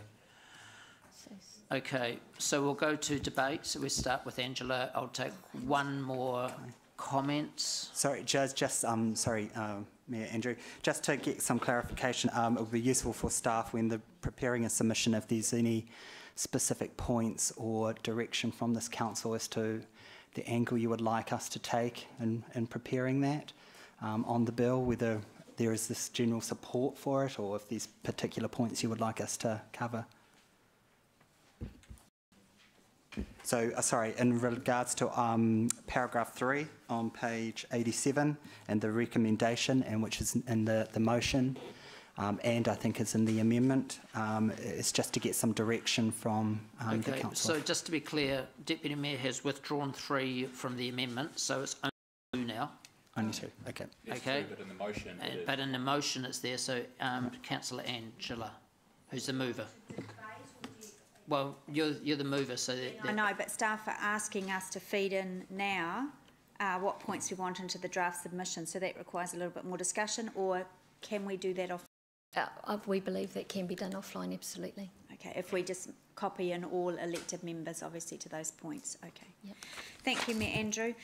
Just hold on for a minute, please. Yeah, so if I could have 2 seconds. So it's an incomplete motion to me at the moment, Democracy Manager.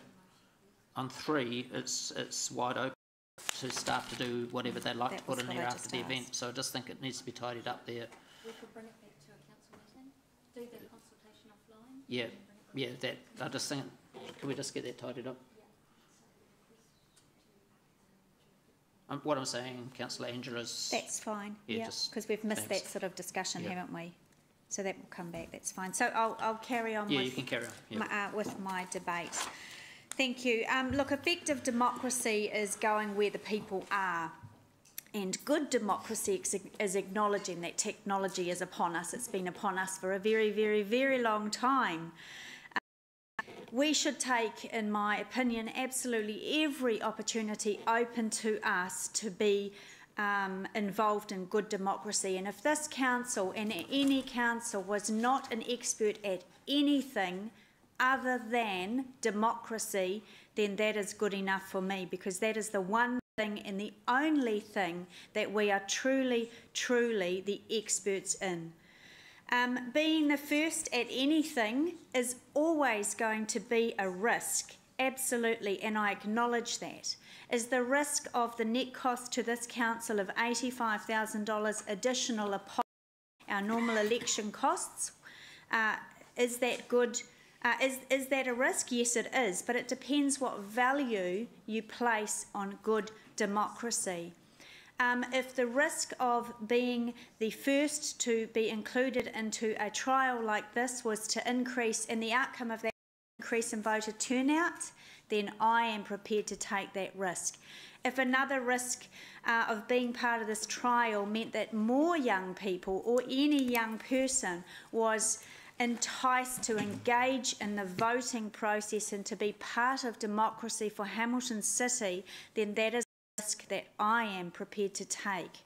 I also think, based on a very long journey around these kinds of things, particularly with online voting, that it is a risk that our residents are prepared to take as well.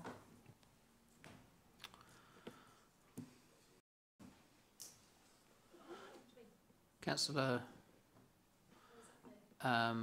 Deputy Mayor Martin.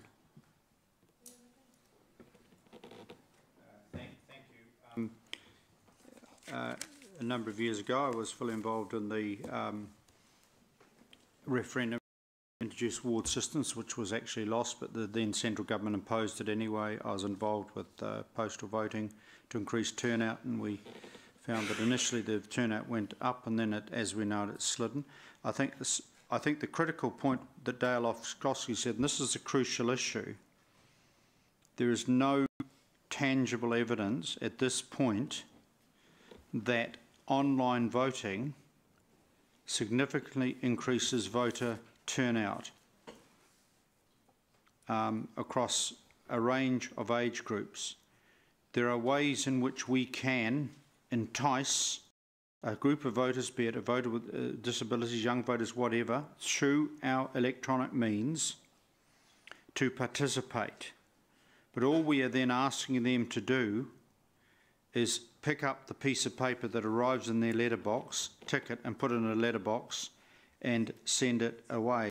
I realise that as part of an added service, by 2022, nationwide online voting may be and probably will be available, but all the bugs will have been ironed out by then, because for the money you spend, I'm not sure that you are getting significantly added value. Now, how do you quantify extra voters that will turn out? So I'm somewhat conservative and sceptical, particularly, as you know, when it comes to being a first mover with IT, and I'm on another board that has some unfortunate experience about being a first mover with IT. This is not to preclude participation, because through our comms we will go all out. But I still struggle to find why it is so difficult. And for any voter, with the exception of possibly blind, hearing impaired, where we would want to work with those organisations to assist those voters to cast a vote. But anyone who is not visually impaired or any way with disabilities, I still struggle to find out why it is so impossible to know that a letter arrives in a letterbox. You take it out of the box, you tick it, and you put it in a post box or drop box at the nearest library on the basis that you still have IT, our city news, electronic version, paper version, whatever. People are absolutely aware there is an election on. I just have a scepticism and caution that we join this trial, as I think that we are better off to stick with the status quo at this point. Certainly, when the bugs have been ironed out, I'll be supporting it in 2022. Councillor Paula. Thank you, Mr Mayor. Look, it's been pointed out in this space, someone has to take the leading step. Someone somewhere has to take the leading step, or we're never going to know whether online voting can really fly at a local community level or at a New Zealand level. I believe that our younger voice have been calling for this for some while. In fact, our younger voice have been speaking up really well in the last while, and it's great to see. We've seen through the long-term deliberations, people under the age of 25 turning up in greater numbers than has been known in the past. And they want to be heard, and they want to become political, and I think we'll see more of a movement around this. Waikato Regional Council, when I was on it, talked about online voting in a supportive way for over 9 years. So that's how long this churn has been going around. Will we, won't we, on an every 3-year basis? Seems to me that some other countries have got this going on. So, you know, we need to come up to where they are at.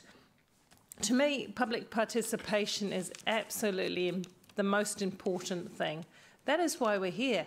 We're not here as 12 members to sit around and discuss our own views. We're here to represent the wider public. And every chance that they get to participate is important to me. I would love to see how online voting goes. I would hope that the younger generation, and remember that Hamilton is actually quite a youthful population. Yes, we have a number of seniors as well, but we have a bubble of youth coming through. They're very, very IT literate people. But the trouble is, and so I would like to use this tool in the box to see if we can increase public participation. I have to say, what else do we have up our sleeve? Really, what else? We can throw a few ads in it. We can do a campaign encouraging everyone to vote at the right time. But we all know here, if we're honest, the level of public participation in the elections is very low, is unacceptably low to me. I value all the votes that are cast, but I want to see that doubled. If this could be part of the future, I'd like to see it trialled. As I say, I have some significant doubts about some elements. I would never support something that favoured one geographic ward over another, because I think there could be some serious inequities in that. So the devil is in the detail, but I think we can probably scope up something and show some leadership here. Thank you. Okay, Councillor Ryan. Thank you, Chair. I think just to remind elected members, as our governance managers pointed out, this isn't a binding decision today. It's just an indication that we want further information. And I think it's also a signal to government and from around New Zealand that this is a matter of growing interest. There's a lot of comment about the youth. this isn't just about the youth vote. Hamilton's got a very large middle-age portion that are very online and seniors that are online, and this is about accessibility. As Dale pointed out, it's not a silver bullet and won't necessarily rapidly increase voter engagement, but you have to ask, is it a step in the right direction? Of course it is. It's only a question of time. Well Energy Trust was doing online voting 10 years ago, so I don't know why the bureaucracies have taken so long to catch up. I, like many of you, live busy lives, and it's often not till 10 o'clock at night when you're sitting down with a glass of wine and realise all those things you have to do, and all those school newsletters that you forgot to sign and you've got to print and or post. And if to have that accessibility on your laptop or iPad or whatever is a very positive thing. You're drunk when you vote, Only one wine was consumed.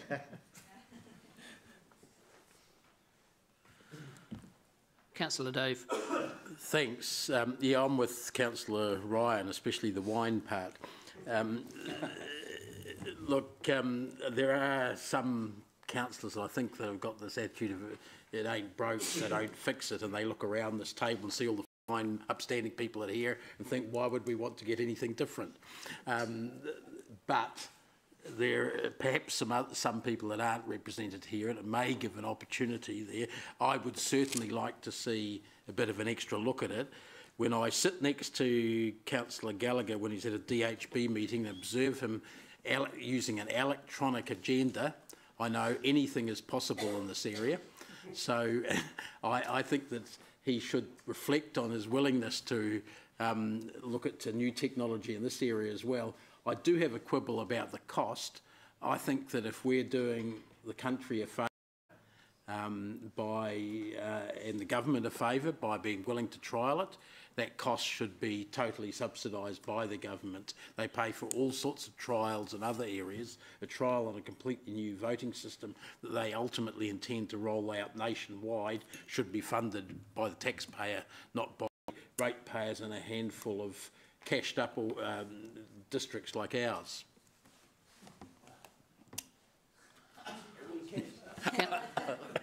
Councillor Gary. Councillor Gary. Thank you. Look, this is going to happen. The trials will be held. The hurdles will be identified.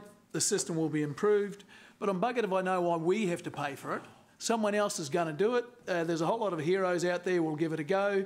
They are willing to waste is the wrong word, beg your pardon. They're willing to spend their ratepayers' money. I am not. I simply think we should wait until all the trials and tests are done. Someone else can pay for this one, not us. Let's give our ratepayers a break. This is a simple situation of waiting perhaps one more election before we go online. I don't think there's any downside to it, and some of these trials won't work. There will be problems. So why should we spend a whole lot of money for something that we can get the next election, and run the risk that part of our or all of our trial fails, and we have some errors, and we have a whole lot of confusion about who won and who lost, etc. So I think this is an unnecessary spending of ratepayers' money for no benefit whatsoever. So, yeah. So, I see this as risk. Why isn't central government latching onto this and using it for central government elections? Because they know risk. Why are we being asked to spend $75,000 to $150,000 of our money to be involved in a trial? We're being used as guinea pigs to swallow a trial by central government who are not prepared to test a medicine on themselves. And we all know what happened in the US elections. There's accusations of a totally different outcome because a foreign party, Russia, hacked emails and manipulated the outcome of that election. And those more than accusations, those have been backed up now, starting to come through by reports. So really, do we want to be the guinea pigs?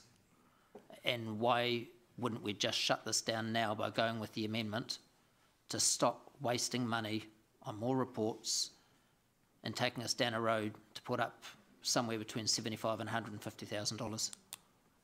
Okay, we'll go to the board to vote. We're voting. On, sorry, apologies, Councillor Angela.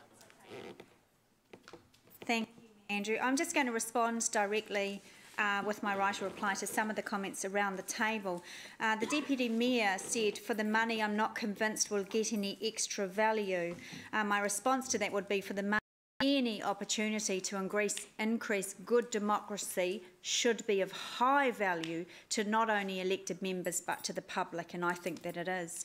Councillor Hamilton, as our only borderline millennial, spoke really well on this. Not only did he speak, I think, on behalf of millennials about the advantages and convenience of online voting, but also for all the busy people out there and the families. And we know, especially some of us that have gone through several elections, how busy people are. They get their voting papers, they put them beside the telephone, they sit there for a couple of weeks, they take the kids to sport, they've got to take the kids to school, and they forget. So Councillor Hamilton has raised, from a borderline millennial, some very, very strong points, and actually the reality of what online voting will be able to do for families and busy people. Councillor Mallett said unnecessary spending of ratepayers' money.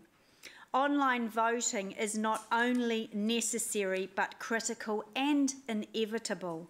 Certainly not an unnecessary spend. Mayor Andrew said, why wouldn't we shut this down now? Because I'm really proud of this council in our ability to be able to look at new ideas. I fought very, very, very hard back in 2013, I think it was, to get webcams installed. And okay, it's not the viewing like Desperate Housewives or Dancing with the Stars gets, but it is a tool that increases our engagement and increases our democracy. And like I said, if we are to be expert on anything, roads, sewage, stormwater, etc., democracy is the only service that we can give, that we should be expert on. Absolutely, we should not be shutting this down now. We should be leading the way and be prepared to be involved. Okay, so we'll go to the board to votes. We're voting on the... excuse me. We're voting electronically. So, excuse me, we're voting on the amendment first.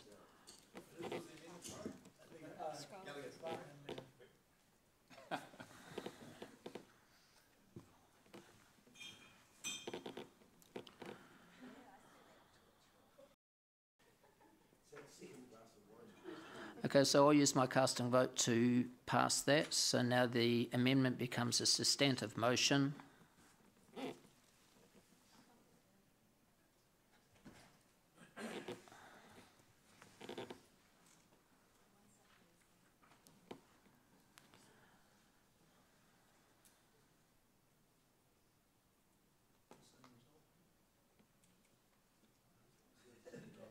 So we're back to the status quo, so where we are today. Can I just ask I'll just pass over to the democracy manager on that.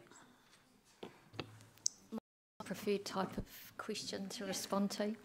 So when the motion is lost, we're back to the status quo. I guess the status quo is that we don't pursue anything. So it has the net effect of we neither support or vote against. We don't put a submission in, and we pretty much carry on as we are.